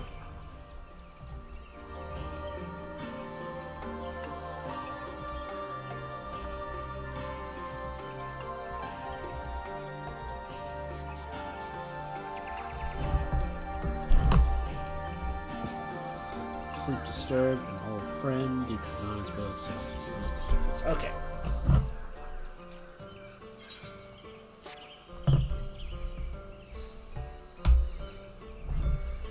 Although we learned naught of the Asians, the insights gained into the Echo made a triple bar.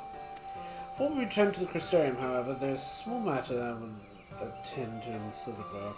Might I trouble you to come with me?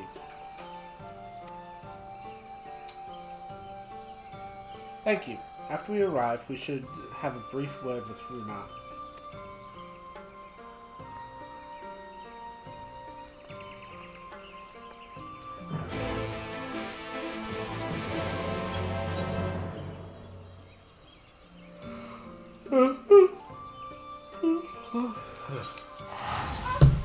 I'll be right back. I'm gonna go get another drink.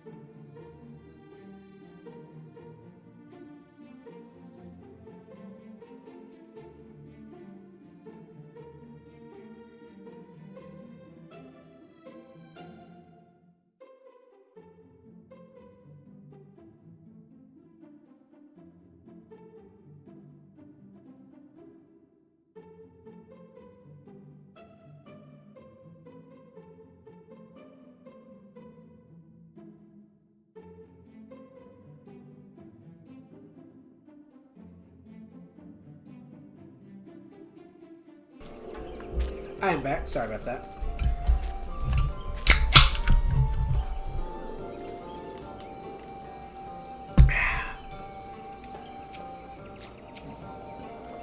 Terry, it's good to see you. You rise most opportune time. Famous stew. I pray for you. Please, I insist. It will only take a minute.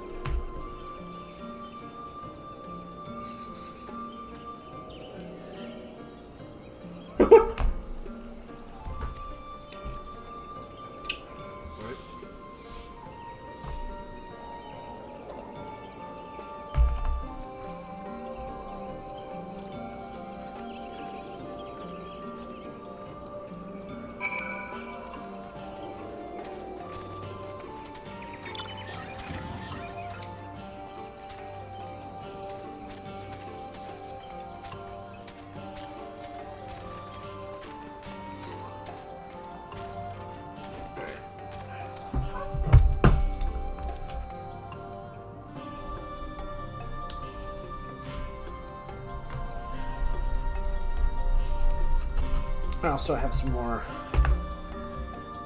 pork chop.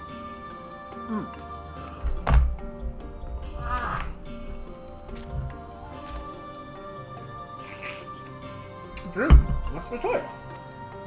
Can't imagine she would have such need for this thing.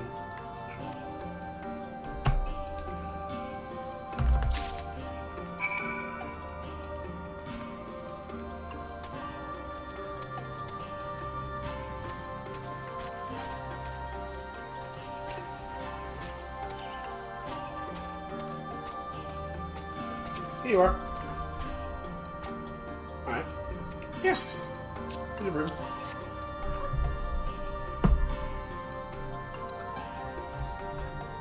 Good.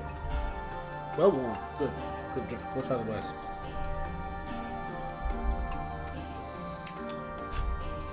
I must say, I do not think rather well for not having a broom thus far.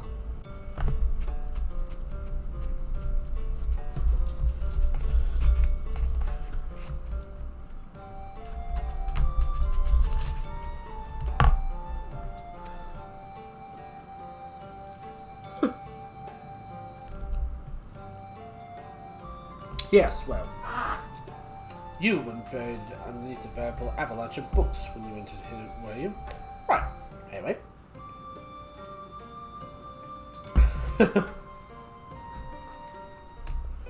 Speaking from experience there, are you sure?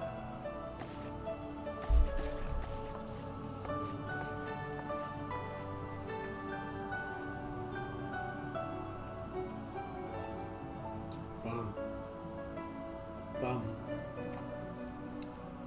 Dun dun dun dun dun dun dun. You honestly didn't think I'd do it the old-fashioned way. The broom is more capable of sweeping by itself. Rather, it will be.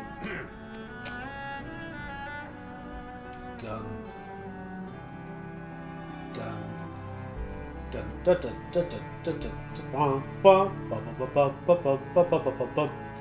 Time to rise, to swish and sweep, a tidy chamber to you must keep. To this task you shall be bound, until no dust is to be found.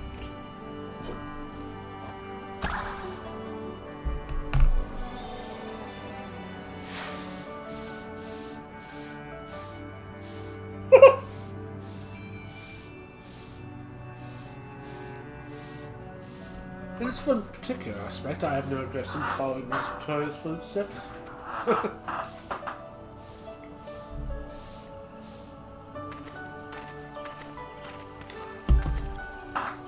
In future, I may need to remind me of the pursuit of knowledge doesn't preclude other equally more important duties, just as maintaining clean quarters for said pursuit.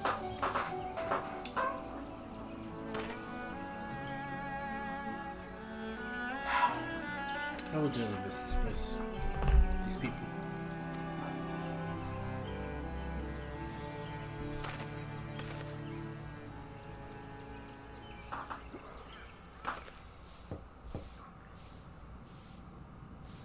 Master Batoya, pardon the interruption, but the stew is ready.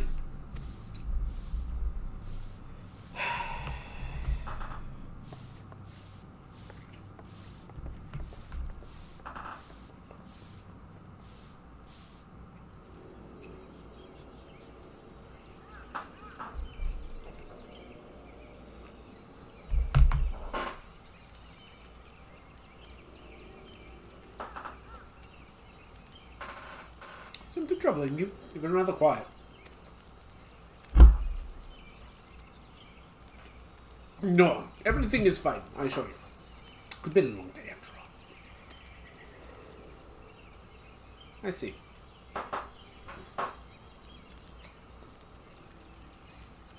Stola! Thank goodness you're still here.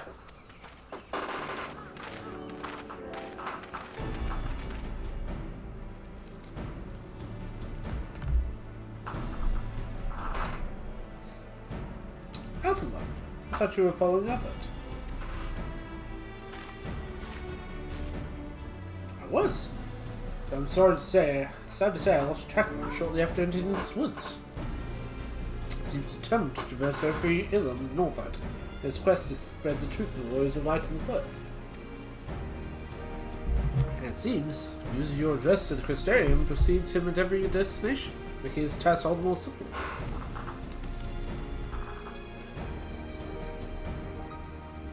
This is seen that what end here encourages people is becoming warriors of light themselves. There's no denying his words have struck a chord with many.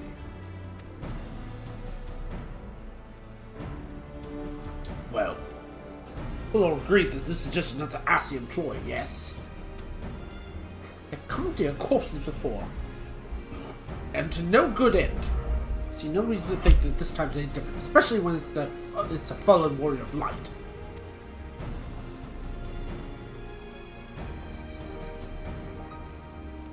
I doubt we'll learn more if we remain a step behind. Next destination is unlikelihood Soderbergh.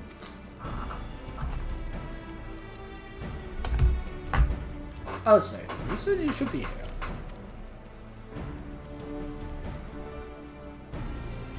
You're concerned about Howrick and the others, you need to be. Treatment's going well. But progress is slow and exhausting for all of us. Best thing I can do now is let them rest, so I believe we're about to discuss how to arrange meetings with the would-be Warrior of the Light. Before visiting many towns or villages, Albert would hunt down and slay a nearby Seigneur to earn the locals' trust. Best chance of getting ahead of him, finding one before he does. Thankfully, Rain returned from the empty and taken up the search. Rain belief one may lack both vows of woven oath. That's where we'll start our search.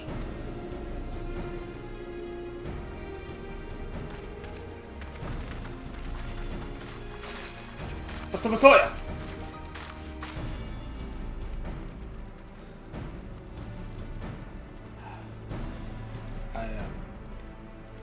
A warm bowl of stew will be waiting upon your return. I look forward to it.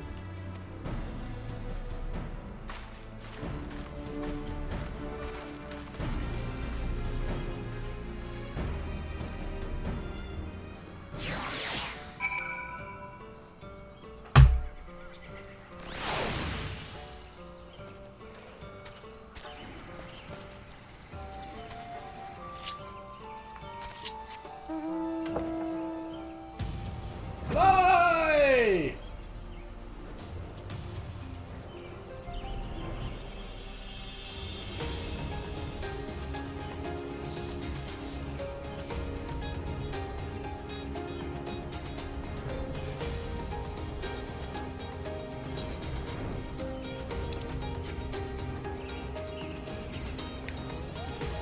It's weird that there are seniors still around.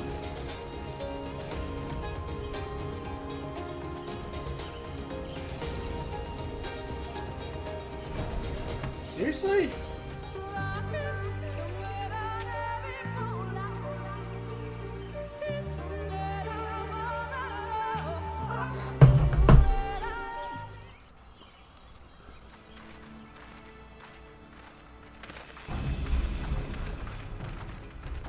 If you were hoping to vent your frustrations on our Aether friend here, I can only apologize.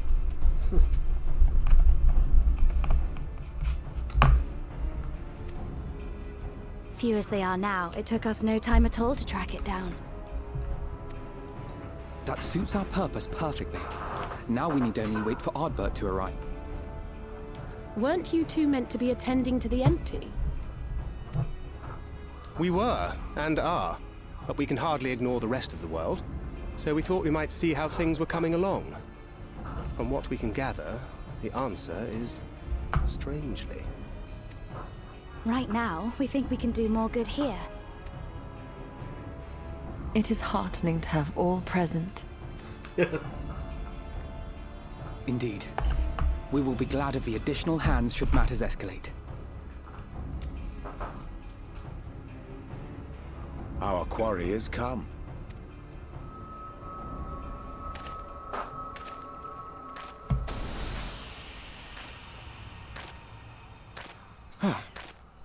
It seems I've lost this particular race. Although I suppose it's only fair. When we first met, it was I who outpaced you. Ravana, was it?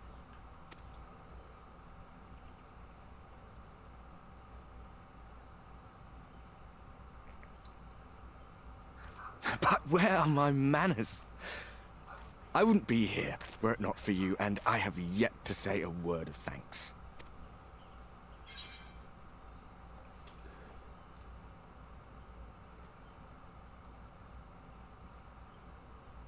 Ask whether he wishes set over here.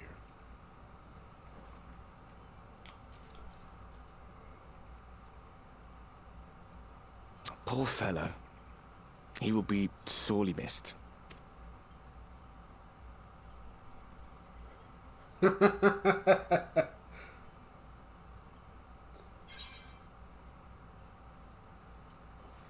thought you were supposed to be good at this.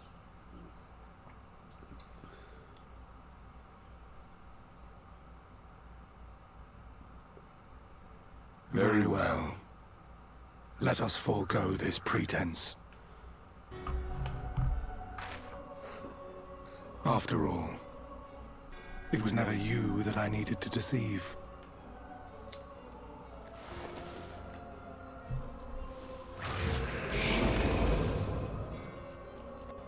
Yes, it is I, Elizabeth. Through your time in FFXIV's imitation of our home, I dare say you have gained a better understanding of my role since last we met. Not that it matters. We understand your role, emissary, but not your goal. What is it that you seek to achieve? I seek to enact the will of the Convocation, of course. If it helps you to think of me as but another Ascian, no different in nature or purpose from the rest, you are welcome to do so. Once, I would have said your goal was destruction alone. Now I understand that you fight for something you love, just as we do. Yet though we seem doomed to clash, I bid you consider FFXIV's final words. Remember that we once lived, he said. Had he not seen some glimmer of hope in our kind, I do not believe he would have spoken thus.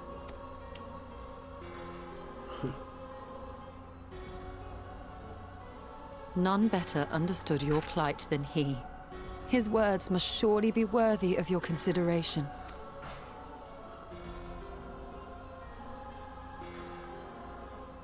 FFXIV. How very unlike you to err so gravely. That one should stray at the end of so onerous a path is understandable. But I had thought you above such weakness. Mayhap you thought the same. Would that I had been present to offer correction. But I shall do so now, as is my duty, and return all to its proper course. As for you, look at yourselves. Look at your history. Look back 100 short years to how your greatest warriors were undone.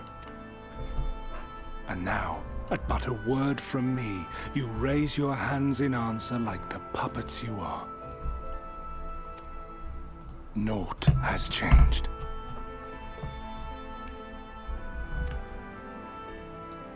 You fail, and you fail, and you learn nothing. Allow that which is most important to slip through your fumbling fingers like so many grains of sand, again and again and again, and you would remember us. You do forget yourselves.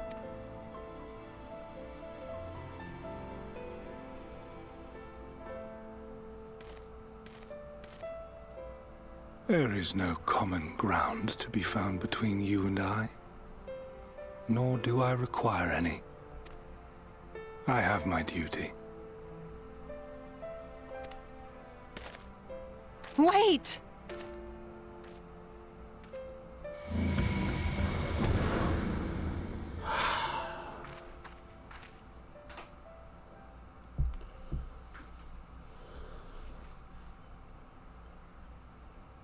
Well, we have confirmed the identity of our foe at least.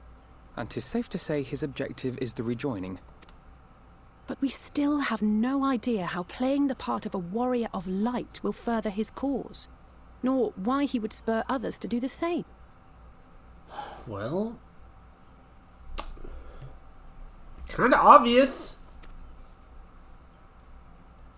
Think about it. Another visit to the Tempest may shed some light upon these mysteries. Whether we are to exchange words or blows with Elidibus at our next meeting, the fact remains, we know too little. Ere our paths cross again, I would learn more of the world that once was, and of Elidibus himself. In this, we would be best served going directly to his home, much as ENVtuber came to ours. Though I see the wisdom in thy suggestion, the Amarot we visited is but a phantom born of ENVtuber's memory. I fear it will teach us little that we do not already know. I quite agree. Yet the ruins of the actual city remain unexplored. Given the vastness of the Tempest, I should not be surprised were there more such structures like to those in which the Ondo reside.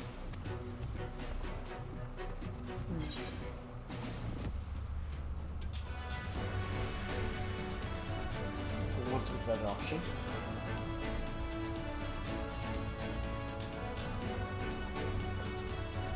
Mayhap your skepticism will leaven my curiosity. Assuming we are all in agreement, then I suggest we first pay a visit to the Ondo. If anyone can tell us where more ruins are to be found, it is them.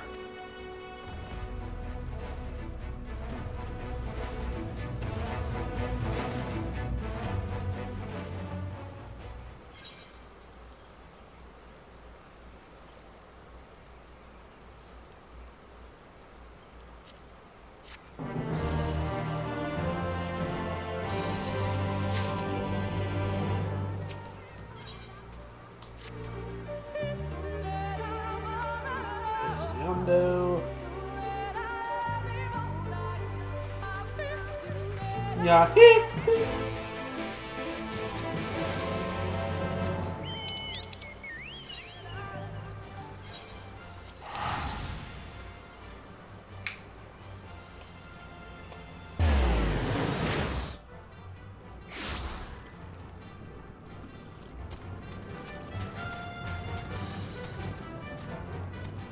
I'll be right back, guys. Sorry, I'm so sorry, but I gotta use the restroom.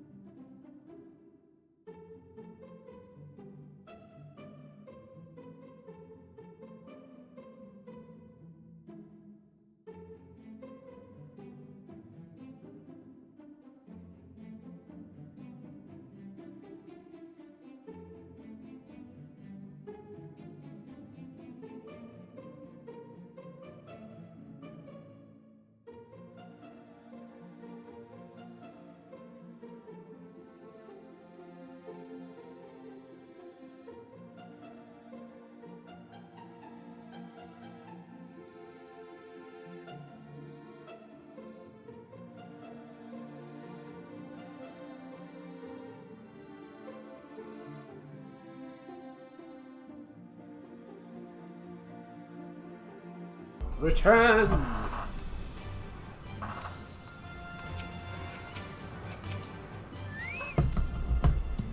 I have sent for no finless ones. Perhaps you intend to seek something of us.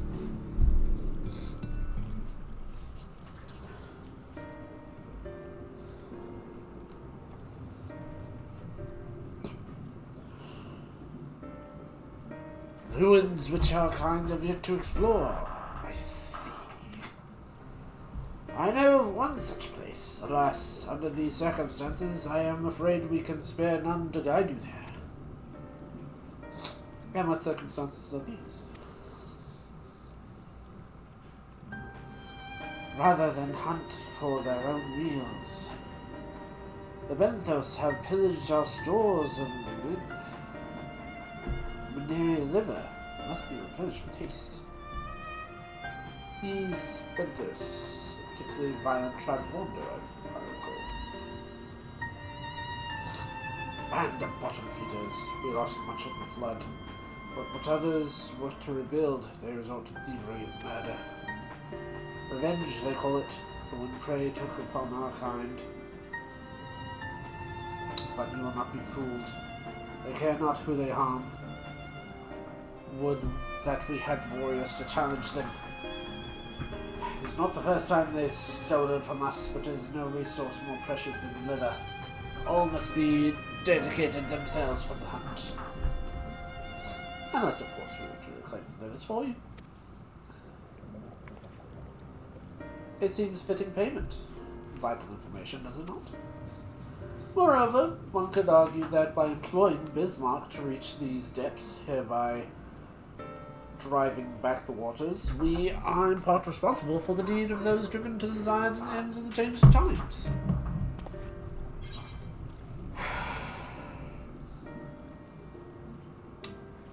One good turn and all that. Well, you might say that. You've never been one to miss an opportunity to help. Reclaiming the stores it is then.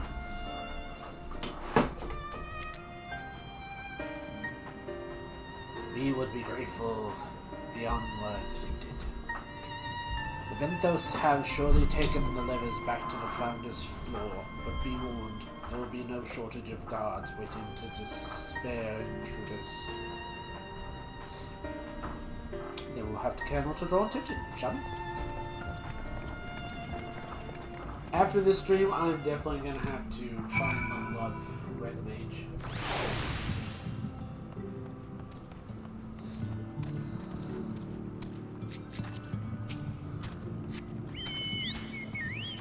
I can't find it.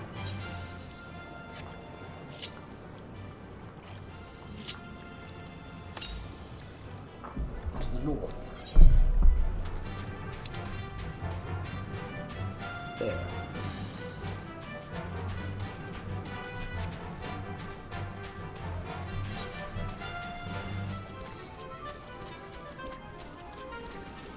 You're right north.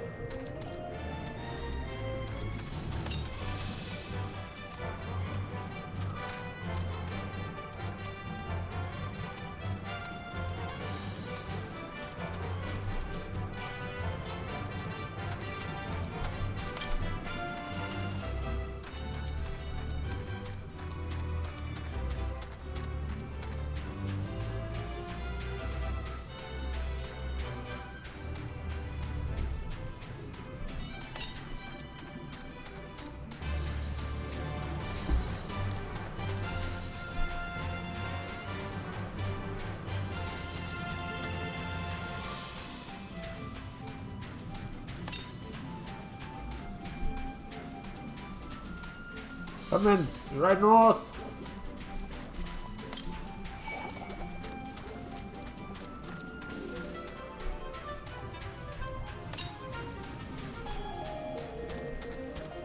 Ah, there it is.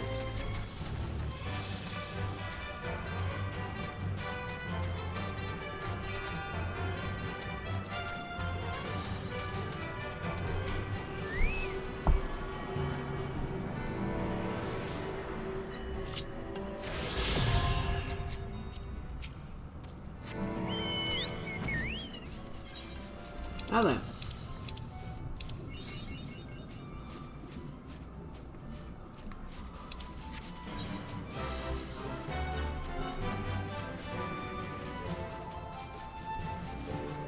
We fly north, west.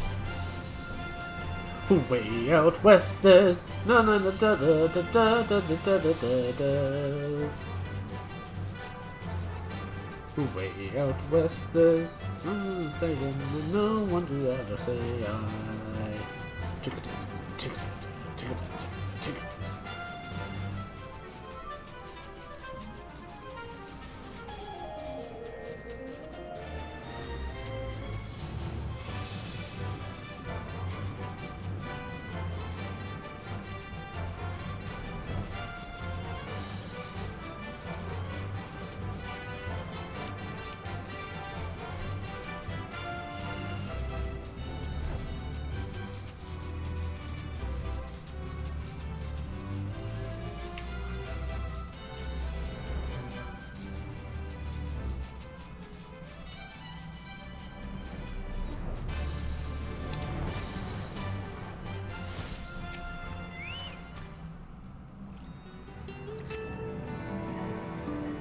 Fresh oranges.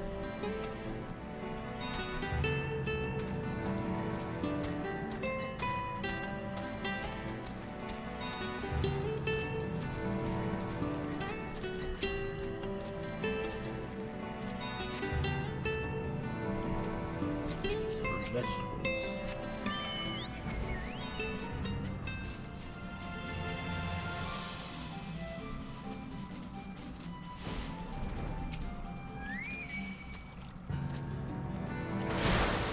Oh.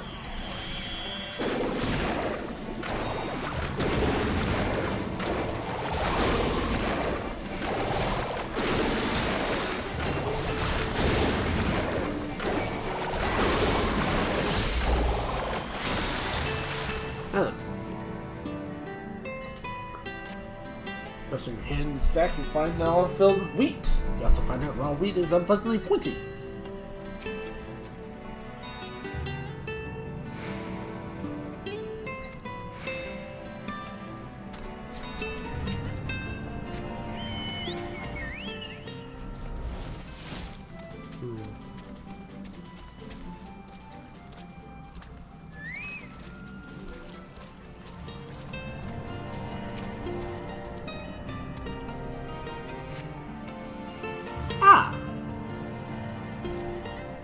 Found the livers.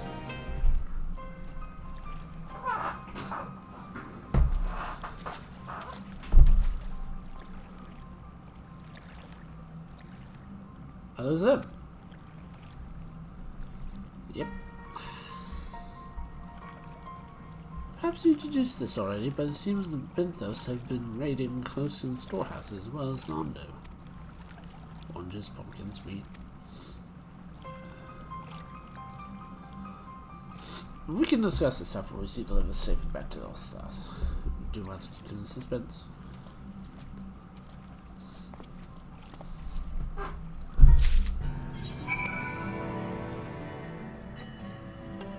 Return!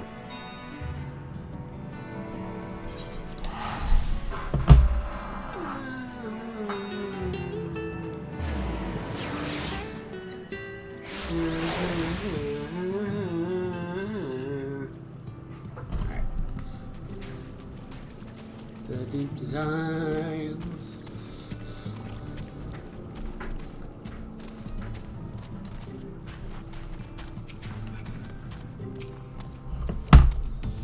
I'm relieved to see you once cleared. Livers.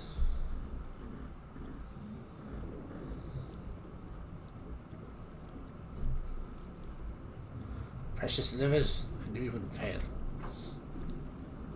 Also found one of the foodstuffs from Calusa and Flanders 4. Tell me, does that seem odd to you? It is brazen, I'm sure. I'm reminded of rumors I heard recently conspiring of rash thefts from the warehouses. Perpetrators enter the dead of night and are gone before any realize what has happened. The Unborn Army is investigating, but so far no avail. Perhaps the reason they've struggled so far is the quarries of the sea. The true question is that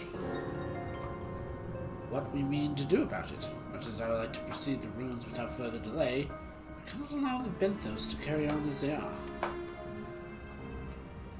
If I may, I believe the ruins are, in fact, key to the Benthos plan. Is that so? These ruins lie deep within the illuminated land, our recent discovery. We may have seen signs that the Benthos are preparing to claim them with all haste. We couldn't fathom why, but in light of the knowledge that they have been stockpiling resources, it's clear that Queen will soon give birth. They require space to raise their young, and food for both the Queen and hatchlings to thrive. Well, we can hardly fault them for that. Under normal circumstances, perhaps. These conditions and tempests are far from suitable for spawnings. Its resources barely able to sustain our current population. There's only one reason she would disregard this. They seek to build an army, and with it take revenge on the Finless. No surprise, they came to us not long ago seeking allies in the cause. We rebuffed them, of course. The suffering of others will not serve as balm as their own. The Queen, however, desires of bloodshed. We would gladly give their children die in our stead. If they plan to wage war, it changes matters considerably. Indeed. I doubt this will be resolved without violence, but perhaps a show of force can revive them, see the reason for the dice cast. I'd rather not risk your people and attempt to travel to the illuminated lands. Is there a way that we might identify the ruins ourselves? Yes.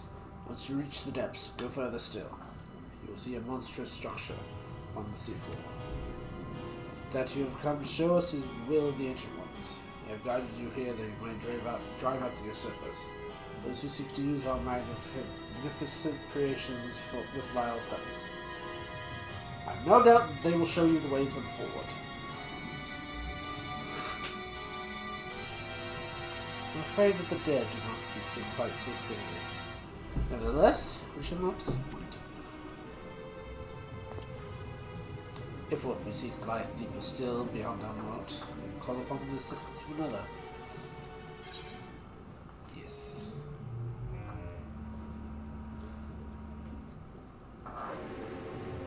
Fending.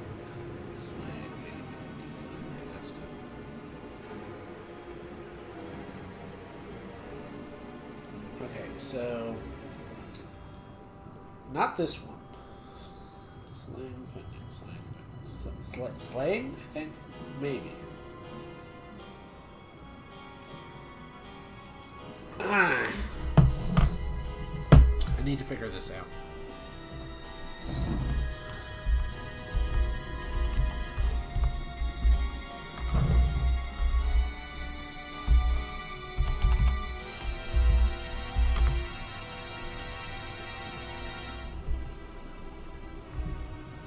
It is for...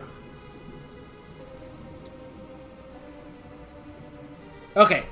Fending is... Okay, fending is DPS. Fending is, tank. So what I need is...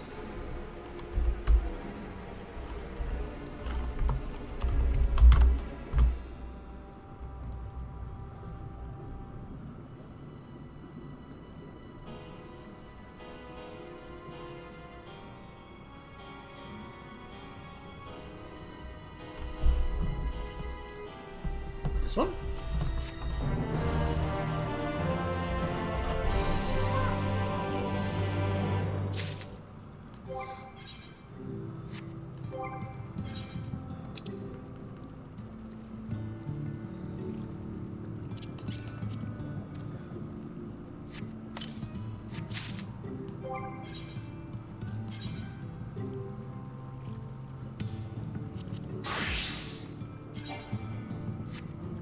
Shoot!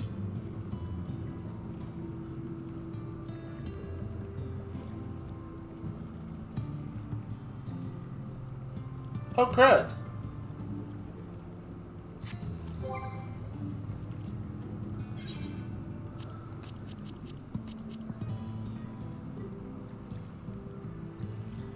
Oh, no.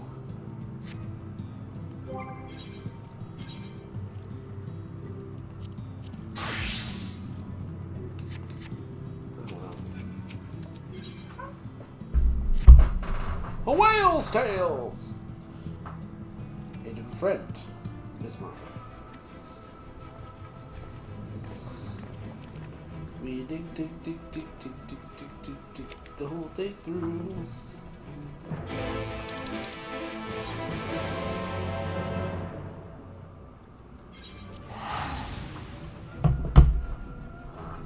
Ain't no quick. To get rich quick.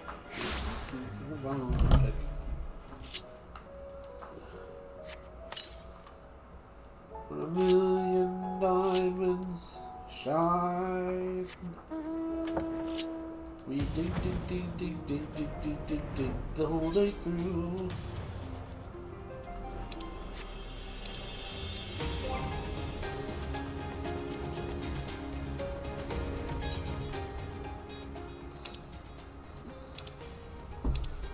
I need to get that.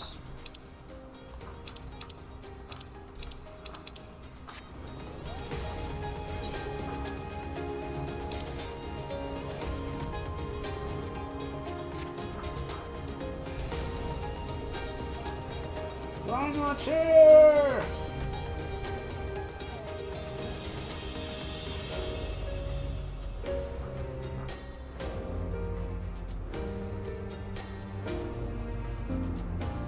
I wish I had bought that broomstick.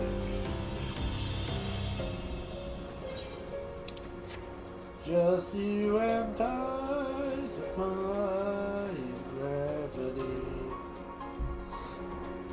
With you and I defying gravity.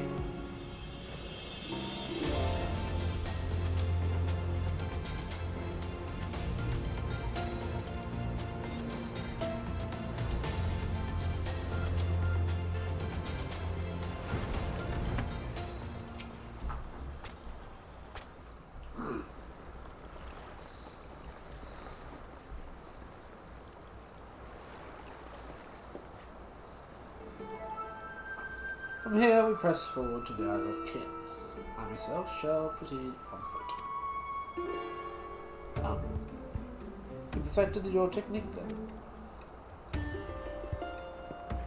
Just so. Water will be glass beneath my feet, and proven prejudiced, fragile yet true. Watch closely. Oh, I certainly shall.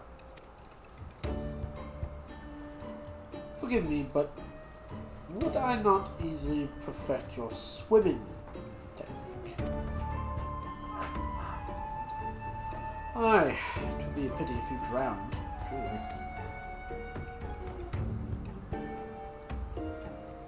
Oh, hush. I'm sure it would have been brilliant. Go ahead.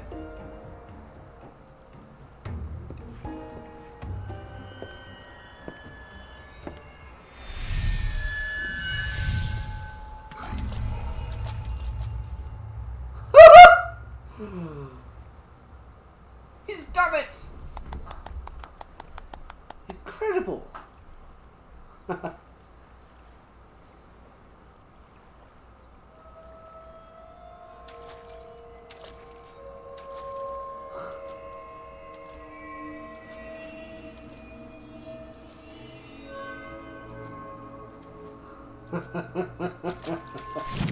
Uh-oh.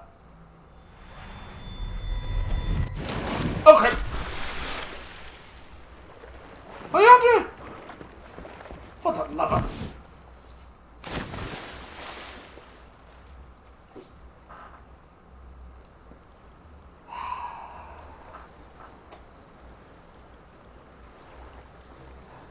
Mine apologies.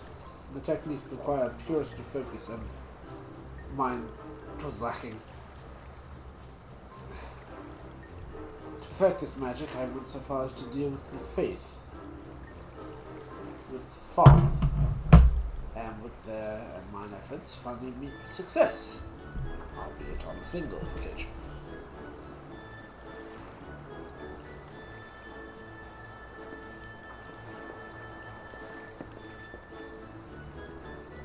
I know not why I can repeat it. I cannot repeat it. I thought I saw you wavering a bit towards the end there. Perhaps you're simply tired?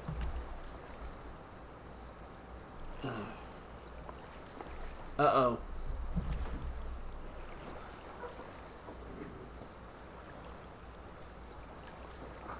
Nothing to worry about. A little dizzy spell. It may not be wise to go for another swim just now.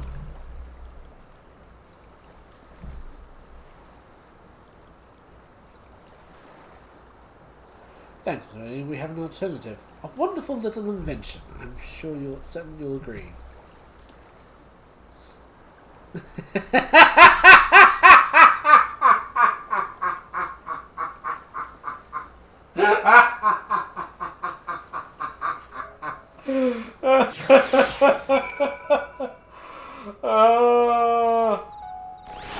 Oh, that was funny. Oh, I like that. Oh. I will petition Bismarck's age on my behalf. Let us pray my diplomacy proves more effective than mine experimental magics.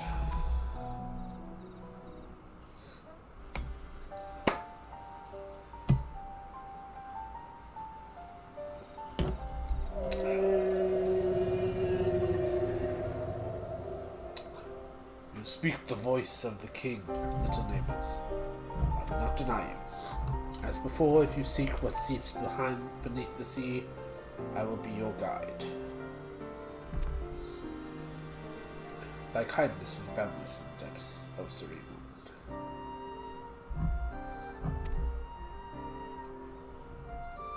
Before we depart, however, I would ask a favor. After our last flight, I found many creatures clinging to me, and I am itchy. Remove them, and I will take you below. With all haste, it shall be done.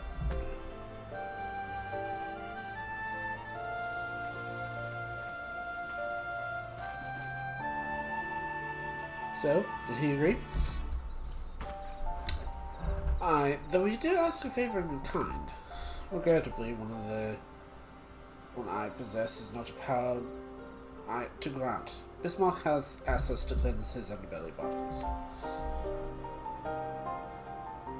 Alas, one must needs dive beneath the surface to do so. Even if I could master the power to walk upon it, it would avail me not. Oh, for heaven's sake, is that all? Terry and I are more capable of that.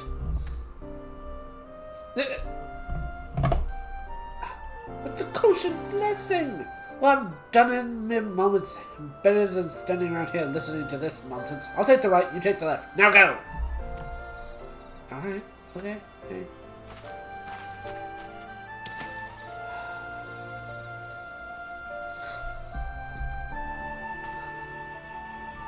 I'm in your debt. Yeah. Just learn how to swim.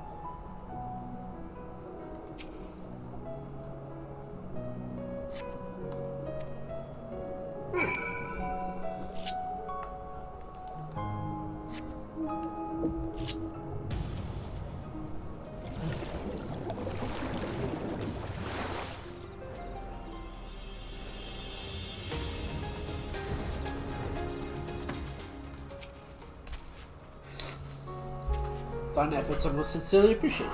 I will inform Bismarck we may depart without further delay.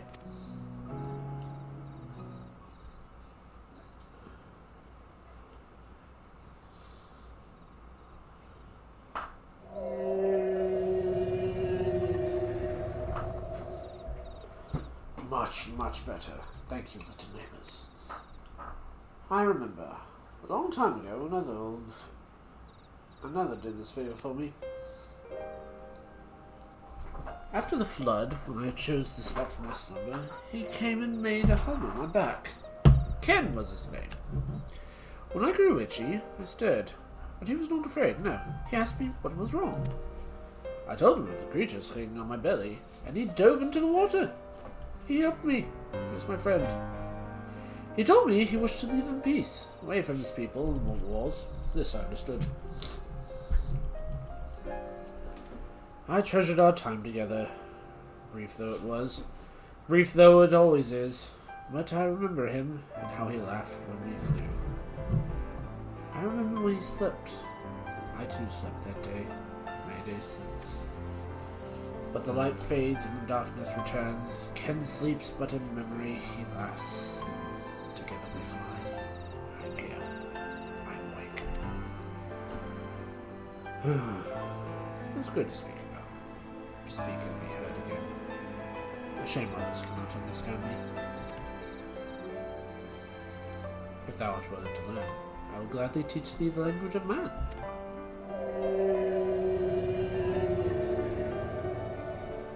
Thank you, little friend. But it is time, I grant. But it is time I grant you and your requests.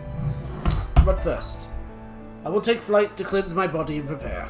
The dive will be swift, and I will not have you struck by errant, please.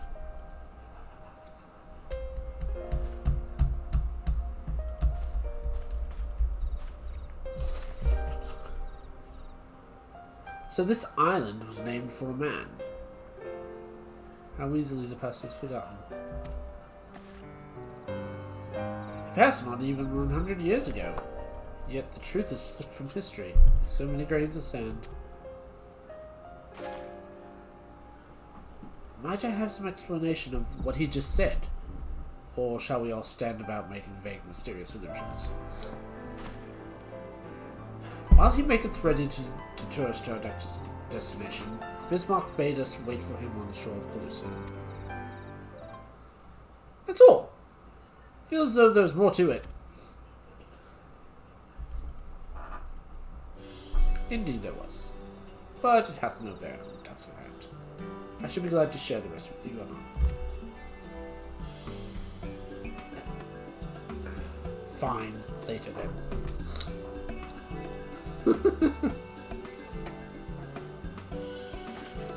If Bismarck requires time to prepare, I suggest we make a short respite for Lounge and Thangrams in particular. I require no such thing. I am picture of perfect health. Mine was but a momentary lapse in concentration, were it not on my account. You mustn't push yourselves so! Please, rest for me.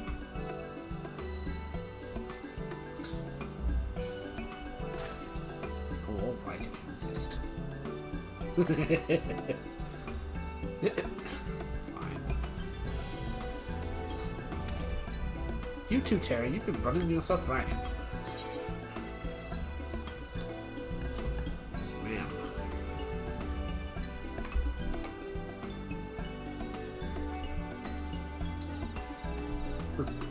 In that case, I leave the old man in your care. The rest of us will meet you at the split holes. I don't know.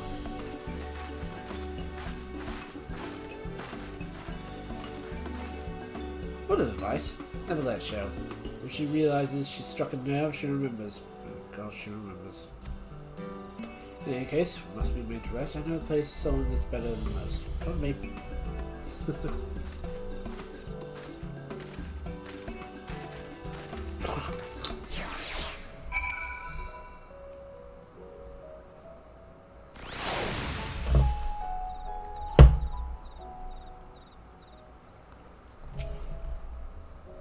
May as well have a seat. What elderly needs to give out.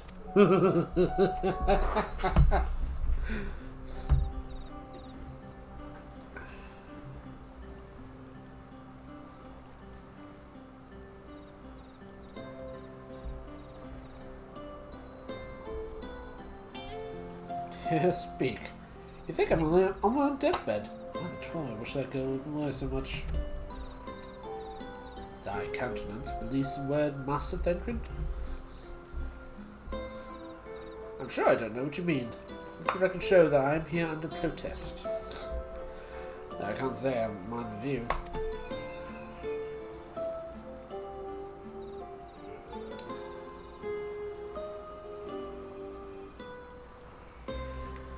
And if the Empress of Agnes is any indication, even an amateur might land a respective catch. Shall we try our hands at it? Help! Someone! Quickly!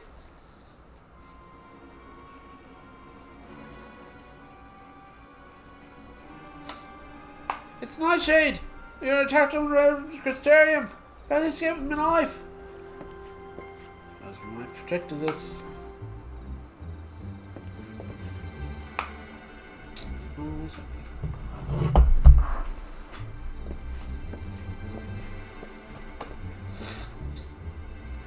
You mean your hub? For free! Thank you! If I recall correctly, Nightshade is a local band of outlaws. I doubt they'll trouble us ever much. No more than they've already interrupted our relaxation at any rate.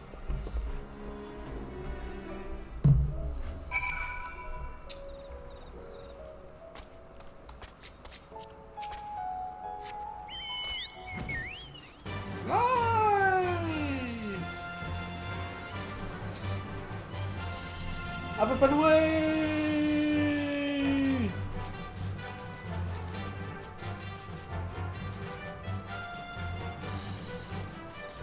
Shazam!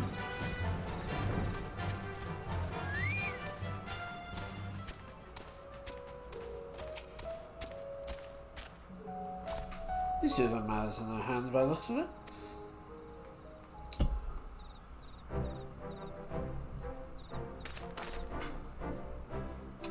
Don't forget this kindness.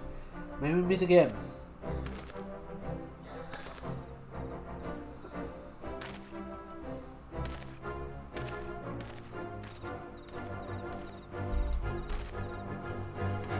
Hey, you, sir. Don't tell me you just deprived that poor fellow of honor of being rescued by the Warrior of Darkness. I had no idea you were in the area. Fancy us meeting again so soon, eh? Well, I believe I recognize your companion. Yes! From the infirmary! You got a message from the Crystal Exarch, did you not? Good to see you back on your feet. And on patrol, no less. Oh, it's nothing official at all that. Strictly speaking, we're off duty. But as we have a free moment, we thought we'd give a few less traveled roads look. Guards don't have enough hands to patrol them regularly, you see. It's admirable. A few devoted to their duty, in Lakeland or beyond.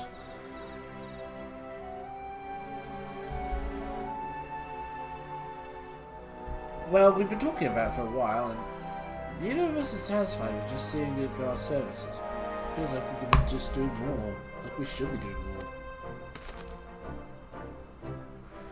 It's all about having the will to help your fellow man and resolve it and see it through. I remember you. The excitable one.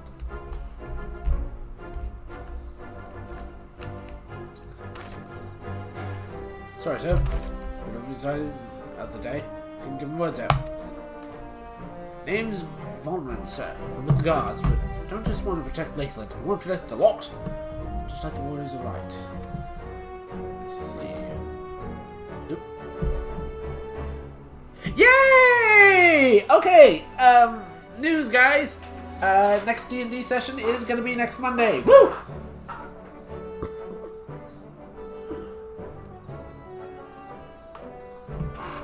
Sadly, our duties prevent us from venturing too far out on our own little corner of Norvath. What I'd really like to do is travel. Better ourselves and go where need's greatest. It's gotta start somewhere, don't they? For now, if we can't stop Nightshade from robbing on fishermen, then that's what we'll have to do.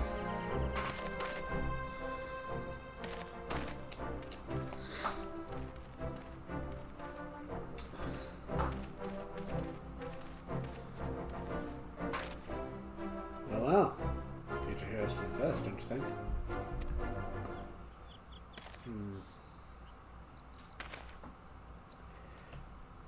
They want not for spirit, but 'tis a pity they draw inspiration from the silk-clouded wellspring. Yet, it avails us not from the fret and idleness. We must need press on if we are to bring Elba's schemes to light.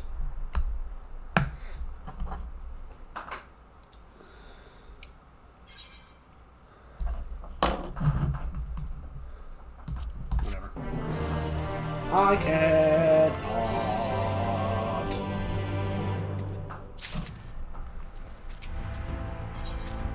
Yes. Our speech cut short, just so we could travel for ourselves. And further contemplation will be conducted through relaxation. We must make way.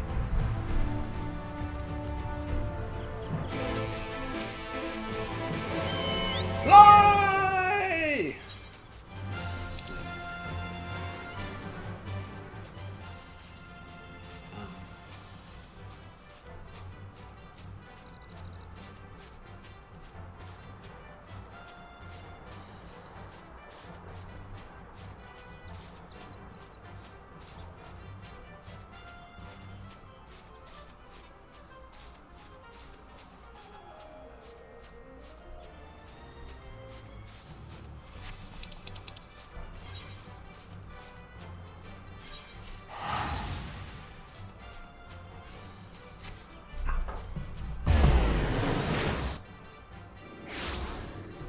Oh, I need to cut my fingernails.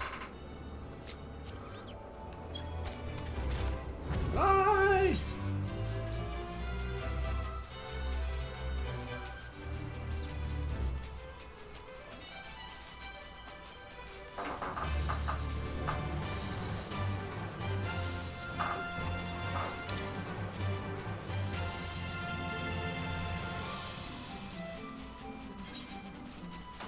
Alright, we know why we're here.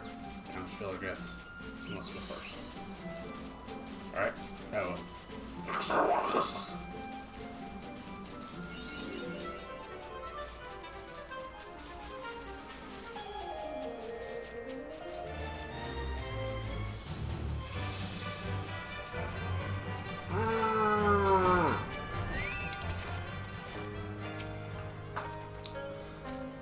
All present, now we need is Bismarck's coming.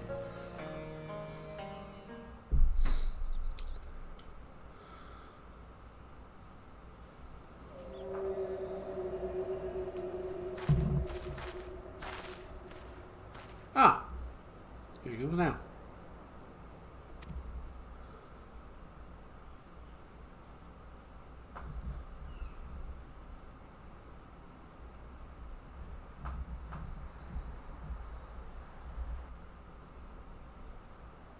And yes! Good.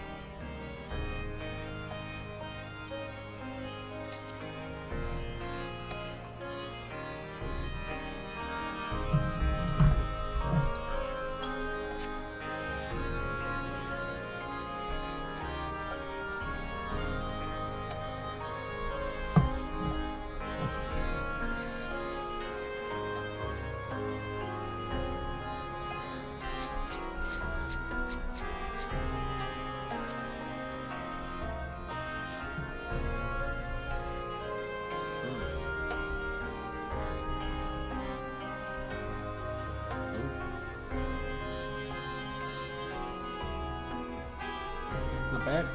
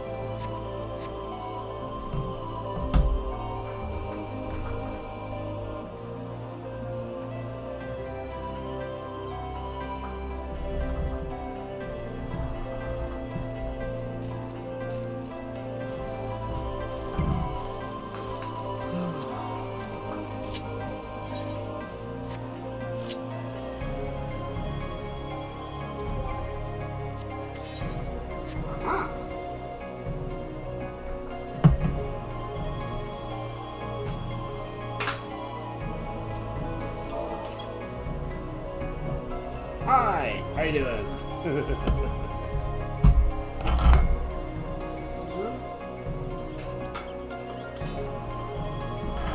Yay! Wind up Kupo!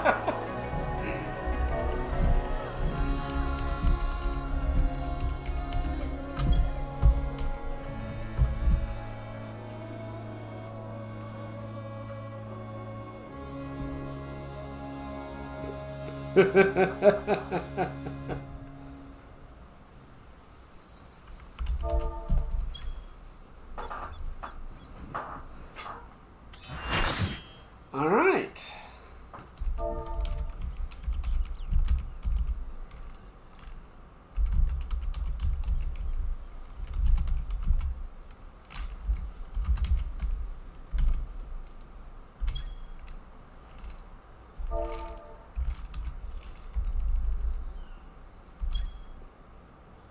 Either way. Yeah, no.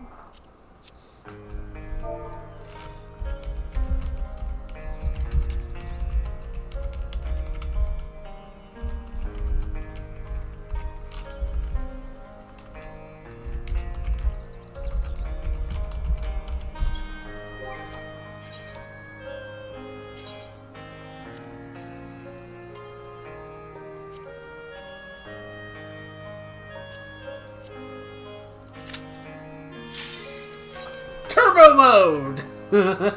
Turbo mode it is. Woo!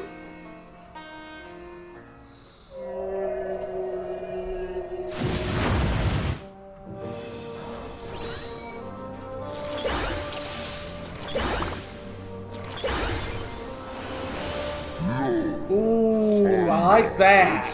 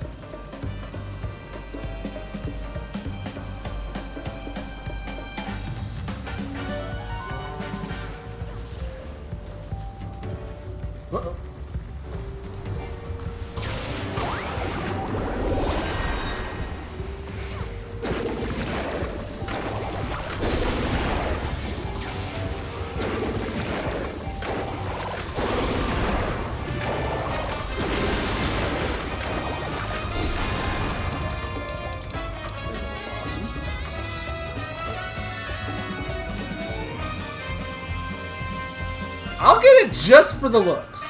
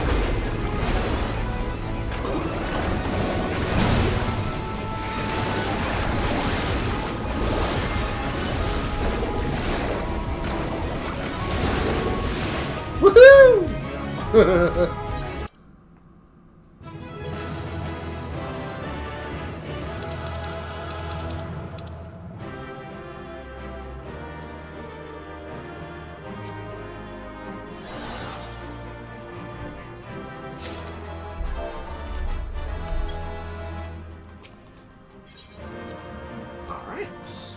Woo! Well, that's done.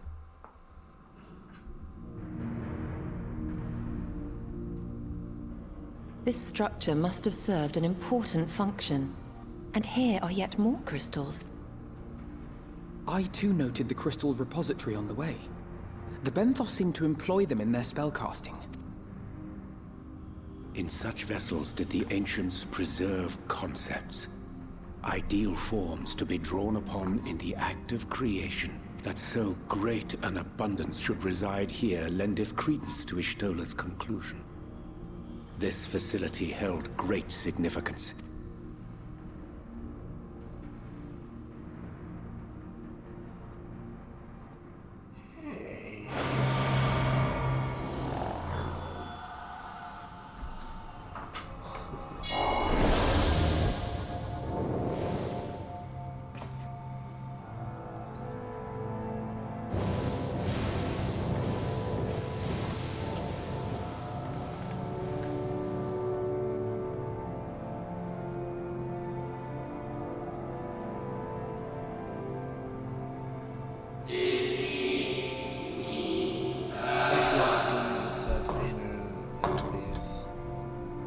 Perilous times. Like some members of the we have been granted a reprieve. The laws and woven seams we have not forestalled doom.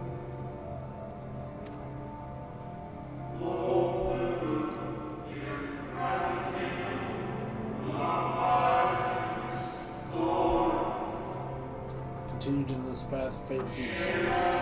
Said much to the convocation, of course, but the stubborn fools turned deaf ear to my warnings.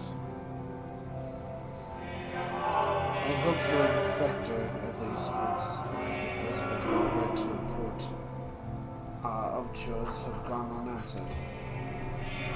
Whether attend your thoughts, if not, we lead, we will follow.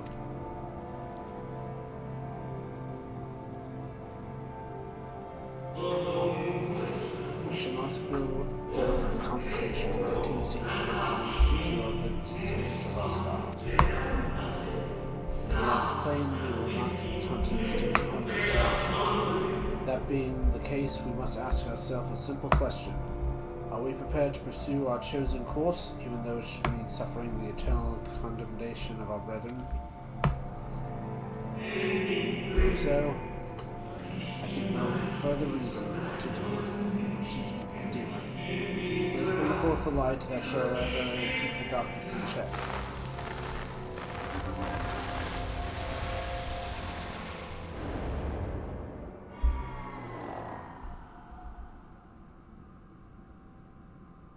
So, it was they who first summoned Hydaelyn.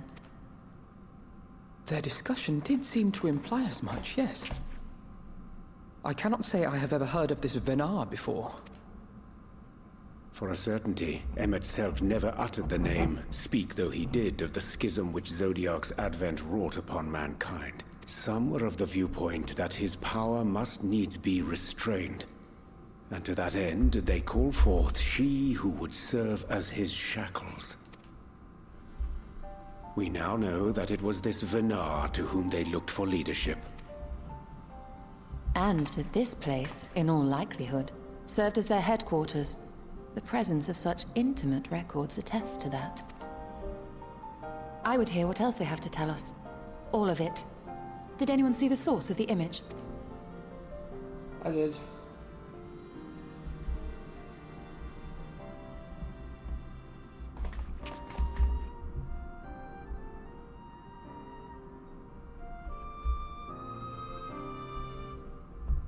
The device there? Then let us see what other secrets it holds.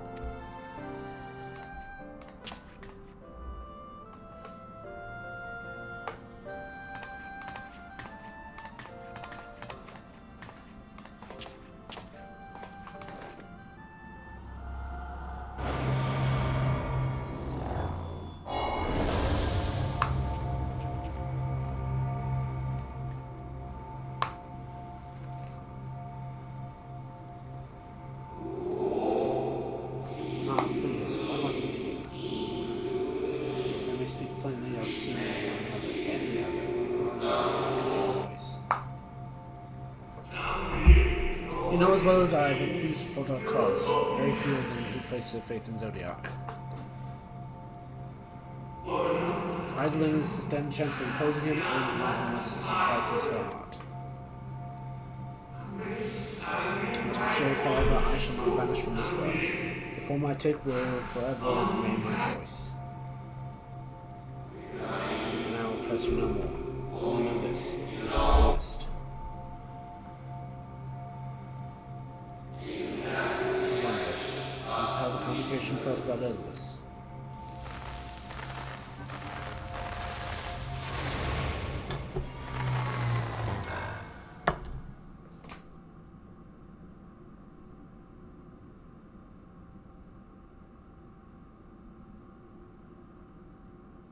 What?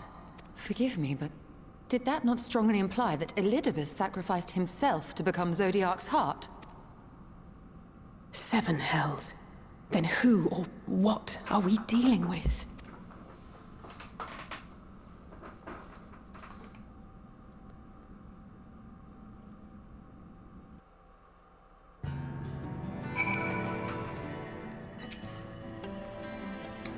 Alright. Attunement.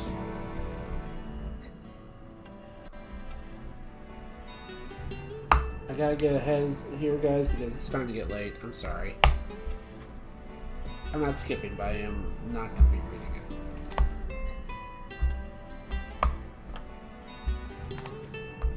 Alright.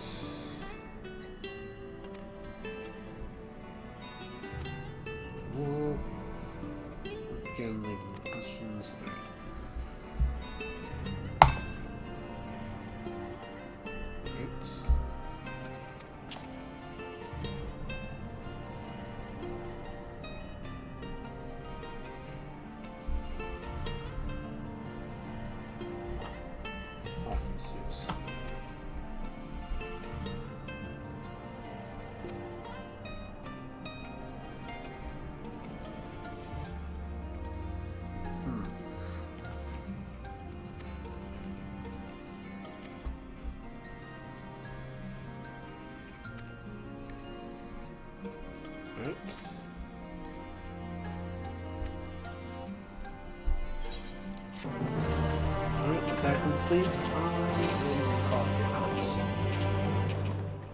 Oh, and just when more people decide to show up. Ooh. Now, I don't want the trust system. No one uses the trust system. Seriously. Alright. So, with this here, I'm going to end the stream here. Sorry. Stay tuned for announcements, please. Thank you all so much for joining me. I deeply appreciate every single one of you. I really hope you realize this. Without you all, none of this would be possible. TIFS. If you like this video and want to see more content, feel free to hit that follow button. Thank you for the first time chat there, Ace. Welcome in. I'm sorry that you had to come at the end, but I deeply appreciate it. If you like this video and you want to see more content, please feel free to hit that follow button. Make sure your notification bell is on. That being said, my normal stream days are Sundays, Mondays, Tuesdays. No worries, I just tanked that. Oh, thank you so much. 7 p.m. U.S. Central Time, guys. Please don't forget. I have a YouTube account. It is under the same name. Please check it out. I archive all my videos at the end of every week. If you see something you like that I have not completed, let me know. Tomorrow is going to be more Final Fantasy XIV. Continuing on with this, I need to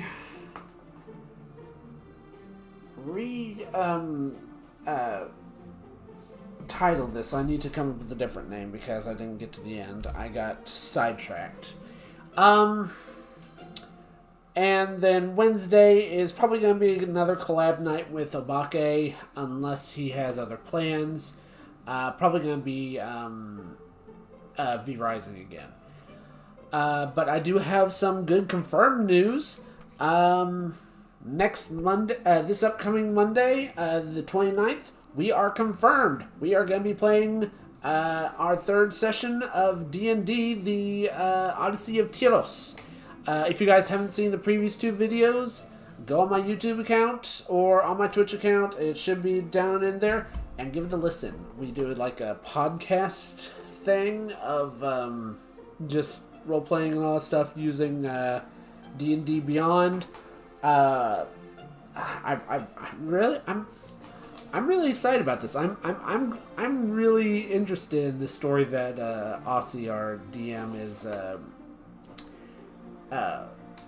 coming up with, because I'm genuinely invested. If you guys aren't invested, I'll let you know I'm invested.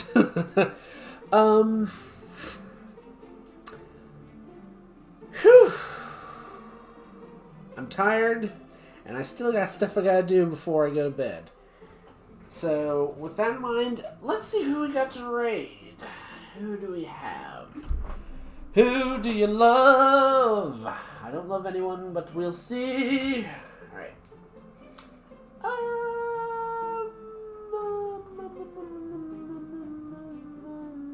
Pixel Kitten, yeah! Playing Baldur's Gate 3. Not exactly my cup of tea, but hey, she's a good friend. Let's join in. Once again, I want to thank you all so much for joining me, and I hope to see you guys tomorrow. Same owl time, same owl channel. That's 7 p.m. U.S. Central Time, guys, please. I really hope to see you there. So long. Thanks for all the fish. GT07. Thanks for all the fish. Good night, everyone. Goodbye. Wapow!